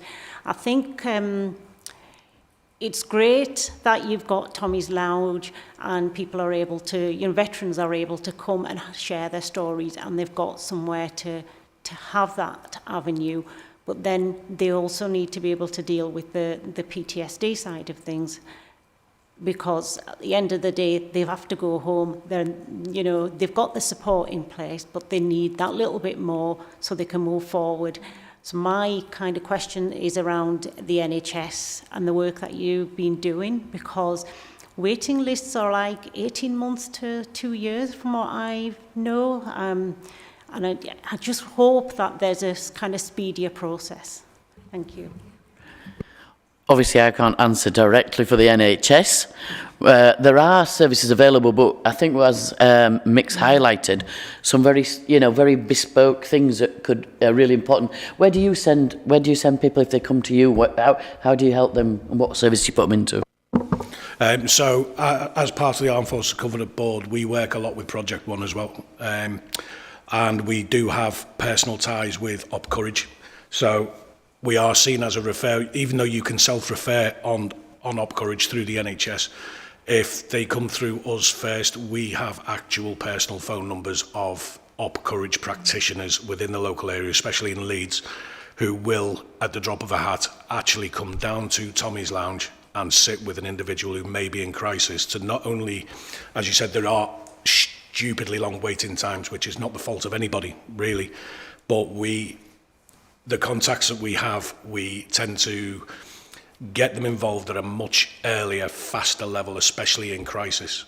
Once they've been assessed and trauma identified, then they will fall into the standard sort of treatments and therapies, but they will bypass those 12 to 18 month waiting lists. So as soon as they present to us, our record at the moment is, I think it was within 7 minutes, we had somebody who came through the door in crisis and they were sat in front of a psychiatrist 7 minutes. And that was because we work downstairs from a mental health organisation that love what we do. And it just so happened he didn't have anything on that day. He said, yeah, bring him up. And straight away it was sorted. So, yeah, we do have routes and means to get people in front of the right professionals at the right time very much quicker than standard NHS waiting times. Vina, you have something to add? Yeah, so in terms of Op Courage, that is the Veterans Mental Health and Wellbeing Support Service dedicated for veterans. We have a representative from Op Courage that attends our board meetings regularly, and they also did a briefing for the 28 GP practices to raise awareness of that service, because it's GPs that can refer to that service. So it is an important question and it's an important area of need. So we're doing what we can to make sure that support is available quickly. Excellent, and well done. Right, that's 7 minutes. Wow, thank you. Thank you. Councillor Cooper. So thanks for the presentations, and thanks for all the work you do, Mick. I mean, one of the lessons, because I listened to what you did very carefully and heard about the benefits of it, and the things that I take away from that is that you probably save an awful lot of money for the council in terms of the services that you provide, which basically means that people who would be in crisis would go somewhere else and present themselves, hopefully in some ways, at the council's door or the NHS's door or someone else's door, and probably incurring a lot more expense in that way than the service that you provide. And so the thing that occurs as well is that often you are better placed to be able to help people than people who work for the council or people who work for NHS. The empathy is probably 90% of the benefit, isn't it? You can talk the same language, and so that's I think that's part of it. The other thing is, it's not just your story, this. We look at organisations which are voluntary sector, third sector organisations who do loads of great work, who struggle financially, and the loss of those organisations will have an impact that will come back to us. So I think you look at organisations upstairs from you, Platform 1, you look at the Hive around the corner, a different cohort of people, and these are all voluntary sector, third sector organisations which are doing great stuff and are struggling. And you think, is there actually an approach here from the council where the council looks at this, maybe with the NHS family as well, and says, come on, look at the value here, look at the value of what we've got. If these go under, then we're in trouble. We're in trouble. They're in trouble, but we're in trouble. And I just wonder whether there's any way in which we can recognise that, capture that, and say, are we missing a trick here as a council? Because that's what I sort of see. Can I just add into Councillor Cooper's comments, which I think we probably all agree with, and what you can offer, what you can bring, and how we can be more effective and more efficient, and be time sensitive to cases coming forward, that we try and work on those lines of trying to put something in place to make that happen. Yes, I think you heard when I was summing up that I did today say to Mick that I will be keen to work closely with him to look at how we can find that 12,000. It may not come directly out to the council, but there are ways which that could be, I could help advocate for you to raise that money and to ensure a longer term future, because you can do longer term work and people feel more secure. They know, they know going forward that you're still going to be there. There's not that worry that you're not going to be there. And, it's definitely something as my part in this, I would like to be able to advocate for and support you in finding. We working partnership with the community is essential. It's essential across all our services, but it's really essential when somebody has such specialist backgrounds, and so we do put a great value on that. Chair, if it's okay. I just want to come in regards to the comments that Councillor Cooper made, and you are right in terms of the impact it has on other services and other areas. You're definitely right, and I think having visited Tommy's Lounge and having spoken to him and gone through the work that they do, you're right, it is moving them away from those services and obviously letting them concentrate on other stuff. So it is something that we are looking at, going back to what Councillor Addy just said about the funding element. 12,000 is a lot. We have supported Tommy with the little stuff as we've gone along, and it is a journey, and hopefully we want to progress with that. There are other fundings out there that we want to look at with, Mick, and like Councillor Addy mentioned, to access and tap into, because we know how valuable Tommy's Lounge is for veterans and others that come in, and we want to make sure it stays there. I know Mick's mentioned about the other two gold sort of local authorities.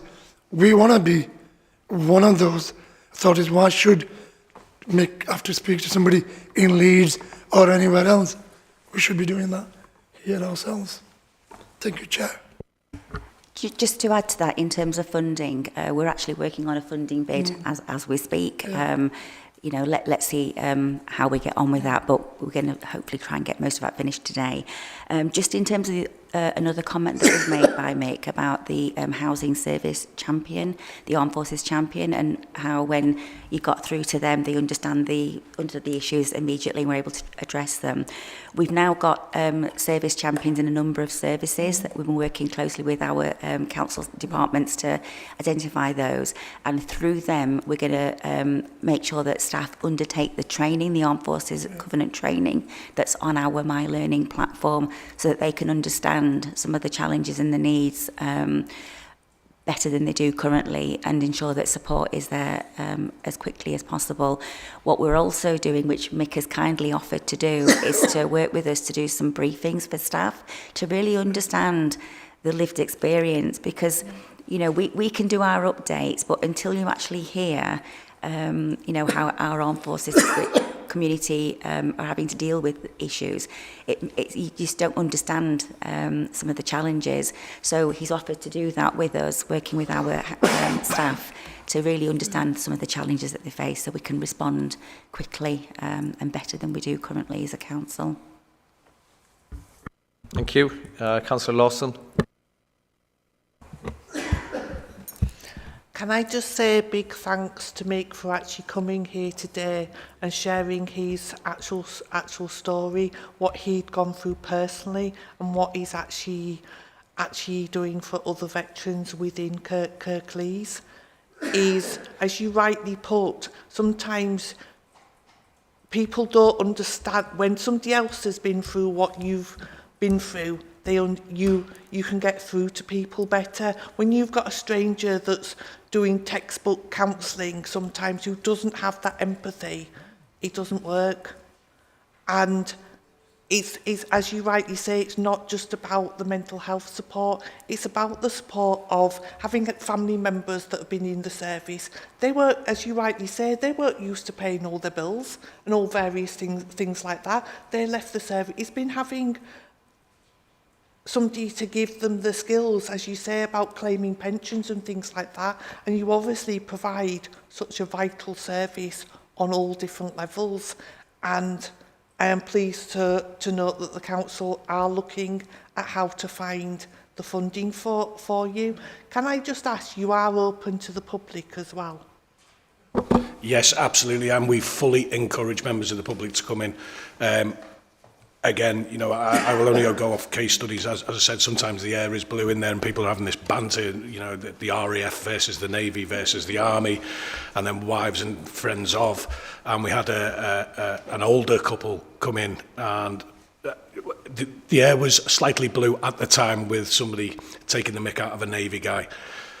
The lady was laughing her head off, and the gentleman had his hand across his face and he said, "I think we should go now, darling." And she actually slapped him and said, "No, we're staying here. This is the best place I've ever been to have a coffee, because you can be yourself." You know, nobody's going to... The reason it was called Tommy's is actually after the Rudyard Kipling poem. Tommy Atkins, the stereotypical World War I, World War II soldier. The last verse of the Tommy's poem is, "It's Tommy this and Tommy that, and kick him out the brute, but he's the saviour of his country when the guns begin to shoot." And I think that actually encapsulates the way a lot of veterans feel, is that nobody really wanted them around until something went wrong, in which case they are the saviours of their country, which is why we call it Tommy's, and we abide by that rule. Nobody gets kicked out. There are certain things they're not allowed to talk about, football being one of them. But anything that's going to cause emotive arguments, you know, people can be themselves. Politics? Sometimes. Thank you. Any other questions or comments? If not, there's some useful information I think that would be good to know. Members of the armed forces within Kirklees, if we have information on that, how many are in the armed forces, how many reservists, veterans. You don't have to give it now, but just going forward, just to have that information, and also how many military charities are in Kirklees as well. You said it's open to the public. If it would be acceptable to you to have members of the Overview and Scrutiny Management Committee to perhaps visit at some stage, that would be really, really good. Absolutely, 100%. I have started working driving trucks in order my income from my truck driving job helps with what we've got going on at the moment. So I work a set rota pattern. All I need is a couple of dates that are convenient for yourself to make sure that I'm actually there as well. And yeah, we were more than welcome to host you guys. Thank you very much. Councillor Addy. Yeah, just sorry to come back on that. In the recommendations, it talks about us discussing with the OSMC members how they can support priorities for the next 12 months. And this work is very much a partnership. So I'd like to ask not just yourselves, but all the councillors, as we can get the message out there to them in all wards, how, you know, in little ways, maybe in ways when they come across people, how they can encourage businesses, their GPs, to sign up to the Covenant and support us, because we are actually doing really well comparatively across West Yorkshire on getting sign-ups, and it's having that wide awareness that's really important. So I would just ask for, you know, any support you can give, because working collaboratively, widespread support would be really useful. Okay, thank you. Yeah, and I absolutely agree. I think we often come in here and we don't always agree or find a way forward, but I think we can be rest assured that we all want the same. We all want to try and achieve the same things to help and support through the Covenant and through yourself with Tommy's Lounge as well. So I'd like to thank everybody for your attendance, for your contributions, for the presentation. From Tommy's Lounge, Mick, for being here and telling your story and for making it quite real for all of us. So thank you for that. We'd also like to note the progress made by the Kirklees Armed Forces Covenant Board to date. Make sure that is welcomed. That the committee's comments be fed back to the board for consideration and development of its action plan for 25-26. And that we consider Councillor Addy's proposal about the collaborative working, and that we feedback from the Covenant again perhaps in a year's time or sooner, depending. We can have a briefing to discuss that if need be, and also to arrange a visit to Tommy's Lounge. So thank you very much. Thank you. We're just going to have a break for a moment and then we'll move on to agenda item 9.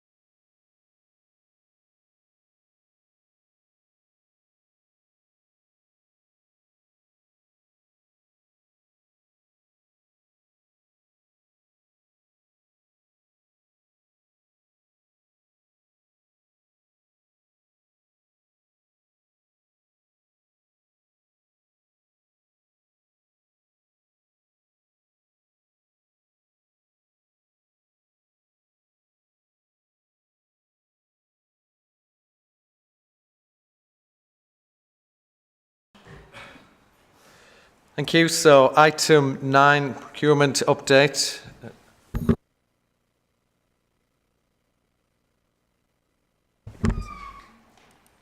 Okay, so we've got Ruth, Head of Procurement and Commission Support, to introduce this item, and Sam is here as well to contribute, perhaps, if needed.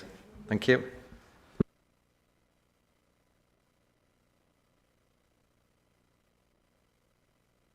Sorry. Hi, I'm Ruth Calladine. I'm the Head of Procurement and Commission Support. So I'm here to give you an overview of the implementation of the Procurement Act and how we've prepared for it at Kirklees. So, as some of you might already be aware, after the UK's departure from the EU, the government took the decision to combine all existing procurement legislation into one refined procurement regime. So following the delay from the original timeline in October when it was originally supposed to go live, the Act finally went live on the 24th of February. So this has introduced some key changes on how public contracts are tendered and how they are managed. So it's important to note that the Act applies to any procurement processes that exceed the UK threshold for goods and services, which currently stands at 179,000 excluding VAT, and works that are valued over £5.4 million that are issued to the open market.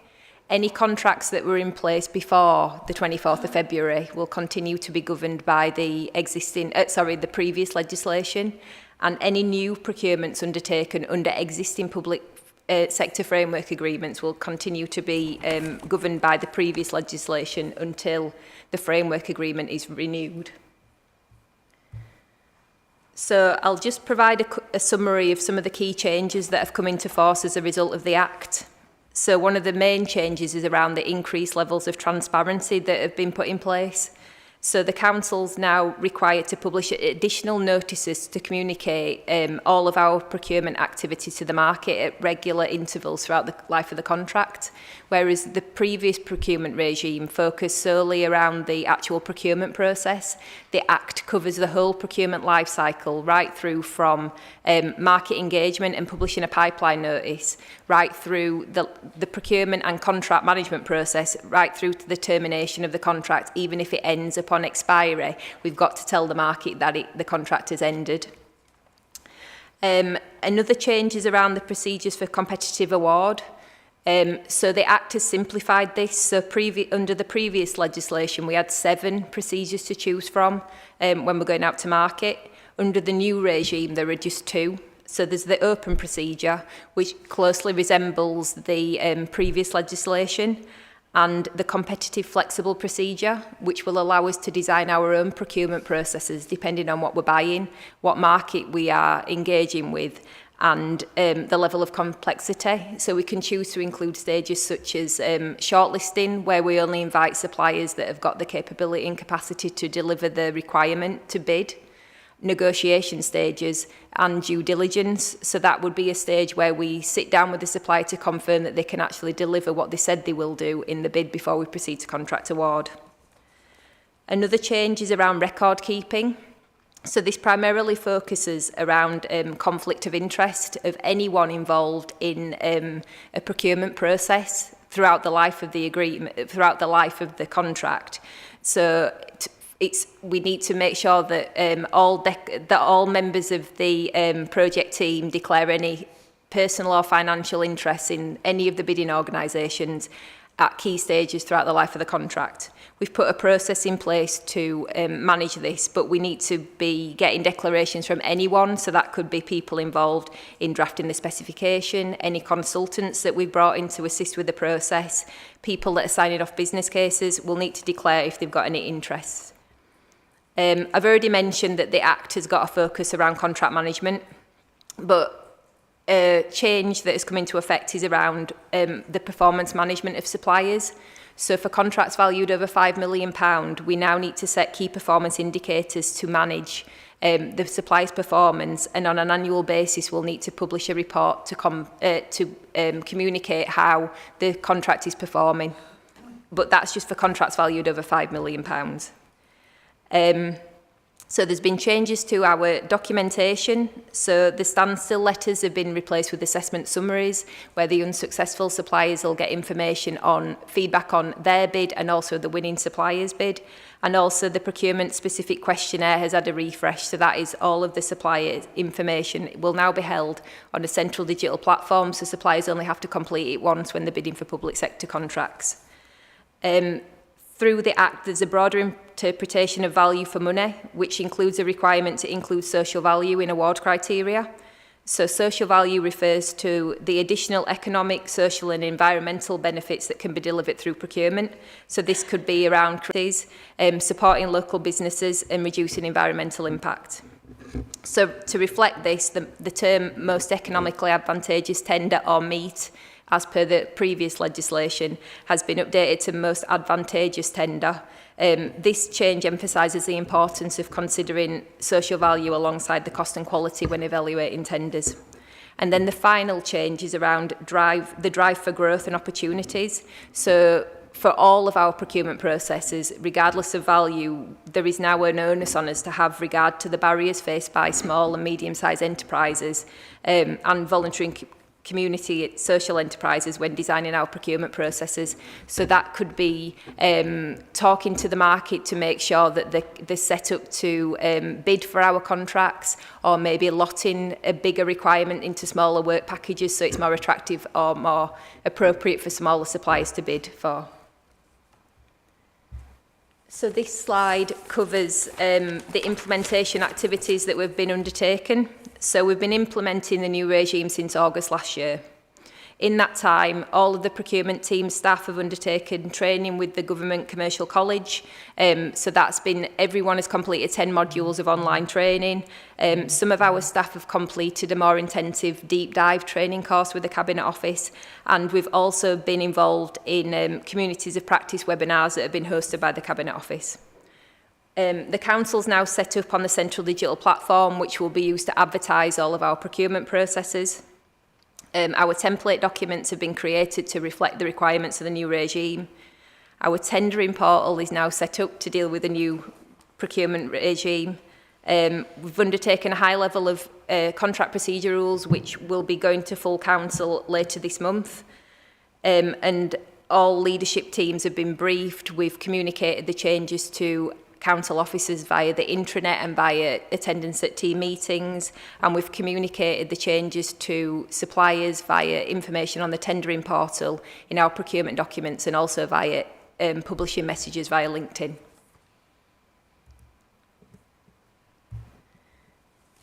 So there are still some implementation activities that we need to complete, but we are on with them. So the National Procurement Policy Statement was issued by the government around the same time that the Act came live. All procurement undertaken must have regard to the procurement objectives that are outlined in the National Procurement Policy Statement, which include the objective of delivering value for money, removing barriers to SMEs and voluntary community sector organisations, and delivering social and economic value. We're in the process of updating our procurement strategy to align with the new regulations. And as further guidance and best practice and case law emerge, we'll continue to update our templates and processes to make sure that we're learning lessons for things that have happened with the procurements that we've undertaken. Our category managers are currently working with service areas to develop and publish the procurement pipeline. And later this year, we're hoping to undertake a more fundamental review of contract procedure rules once all supporting legislation has come out. So then 2026 contract procedure rules will be updated again.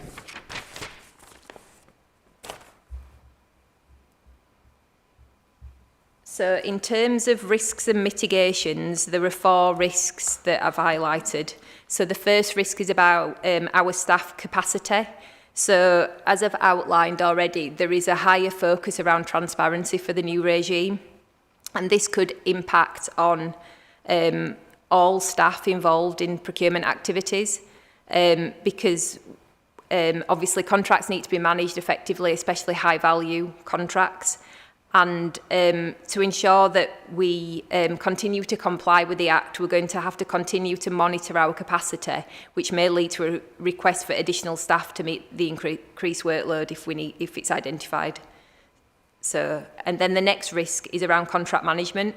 So you're probably already aware that contract management has been identified at the Council by the external auditors as an area that requires improvement.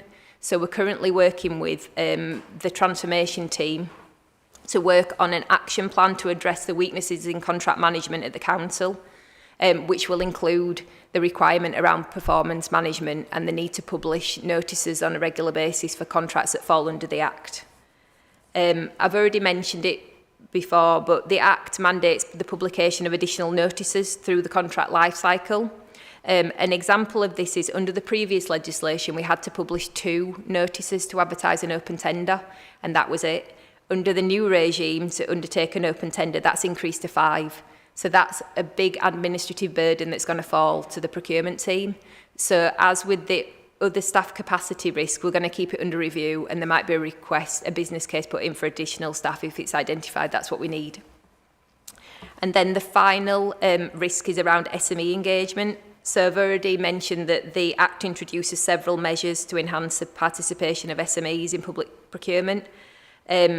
So we have been thinking about how we can remove the barriers. So I've already mentioned things like lotting contracts to make it smaller for businesses to supply, to be able to complete the tender response, and looking at timescales for the procurement to encourage SMEs to bid for our contracts. So that's it from me. Has anyone got any questions? Thank you very much for the presentation. Any comments or questions? Councillor Cooper. So, thanks for the presentation. I mean, the exciting side of this is, I guess, the opportunity to help economic development in our own local area, and so you know that's the interesting part. There's lots of interesting parts, I'm sure, but that's the thing where you think, well, what can we do to ensure that money that we have locally is spent locally and circulates locally and doesn't disappear off into Never Land or another country or whatever. So I guess the question would be is about what can we do to build capacity in the local economy to enable people who wouldn't normally be bidders or would be regarded as too risky as contractors to develop them. Is there a link between economic development and the work that you do? Yes, we're starting to work with the business team in the Economic Development Service to put the link in, particularly for the lower value contracts, to find out where we invite suppliers. So for any lower value contracts, we invite suppliers to bid for the work. So we're working with the business team to establish which suppliers are available within the district, to be able to target them, to let them know what's coming up so they're ready to bid for it, to bid for our contracts as they arise. Any other questions or comments? Oh, that's great, thank you. Just you mentioned some of it, I suppose, detail about timelines and that about any of the changes introduced by the Act and how these will affect the Council's processes, particularly around, you mentioned transparency and efficiency and how that will do. And I suppose what measures, if any, to ensure we mentioned small, medium-sized enterprises, how they can effectively engage with the new framework and benefit from the increased opportunities? Well, like I said before, we're working on putting a pipeline of projects together. Under the Act, we're only legislatively required to publish information on contracts valued over £2 million, but obviously they will be probably too big for some of the smaller enterprises within the district. So what my team is doing is working to put together a pipeline that will just be published on our website of projects that will be coming up that might be of interest to suppliers located within the district that will be of lower value. So it'll give them time to prepare, because suppliers are not waiting around for Kirklees to publish a procurement process. So the more notice that we can give them will hopefully ensure that they're ready to bid when the opportunity is published. Thank you. Any other comments or questions? Okay, that's it. Thank you. Thank you for your attendance. Thank you for the presentation. Really appreciate you being here and sharing that update with us. We welcome the progress made to date in respect of the implementation of the Procurement Act 2023. And if needed, if required, we could have a briefing going forward and see if there's anything else that should come to Overview and Scrutiny Management Committee. So thank you very much. Thank you. Moving on to item 12, lead members' updates. I'd like to invite lead members that are here to give a brief update on what achievements, progress has been made as we come to the end of this municipal year. Councillor Cooper. Well, I'd like to thank all the people who came to the climate change, environmental climate change panel, and the officers who supported us there. So that's it's the end of the municipal year. I think one of the highlights was the review of the closure of the 2 waste sites, where I think we did a good job there of holding the Cabinet to account on the decision. And so they looked at the way they were making decisions and ensured that they were made by councillors and not by officers. That was a positive learning lesson, I think, for them. But yes, we covered a wide range of issues, flooding. We looked at the Highways Capital Plan. Quite a wide-ranging area. It's certainly more we could have gone into, but we'll see where we get next year with that. Thank you, Councillor Cooper. Councillor Lawson. Thank you. It's been a very busy and productive year within health and adult social care. We've revisited some of our key topics and also taken on new, looking at sort of the joint working on hospital discharge planning between the NHS and with Kirklees. We've also had a call-in as well. I would also just like to put on record my thanks to all the committee members who have always come to the meetings well prepared and full of lots of questions for the people presenting to us. I would also like to thank the actual wide range of different presenters that we've actually had, and for their actual time, for the number of informal briefings that I've also attended with various different organisations. And to put a note of thanks must go to Nicola Sylvester, who's the governance officer, who has been invaluable with her support, and I look forward to another busy and fruitful year next year. Thank you, Councillor Lawson. I suppose we'll just update on our recent visit to the employee healthcare service that took place.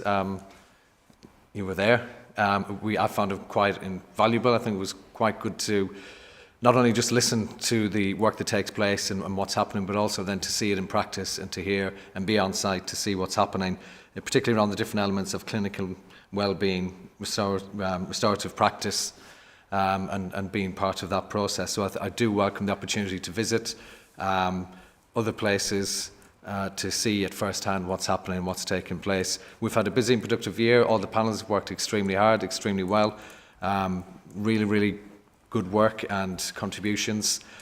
We've been looking at, as a management committee, the corporate performance, particularly corporate risk, the council plan, and then looking at the different strategies as they are emerging around tourism, people strategy, to name but a few.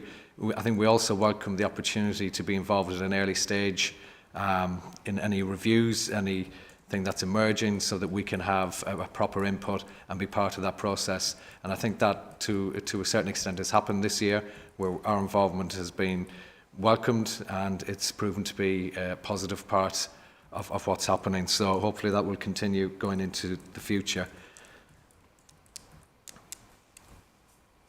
Moving on to item 13 is the work programme for 24-25. This is submitted for noting, really. This is the last meeting of the municipal year, so we'll be considering, the Overview and Scrutiny Management Committee will be considering the new work programme at a workshop in June time. So thank you all. officers, members for their support, Sheila in particular for managing everything and making sure everything has worked and gone to plan, and Stacey also, and everybody who's supported the panels. So thank you very much.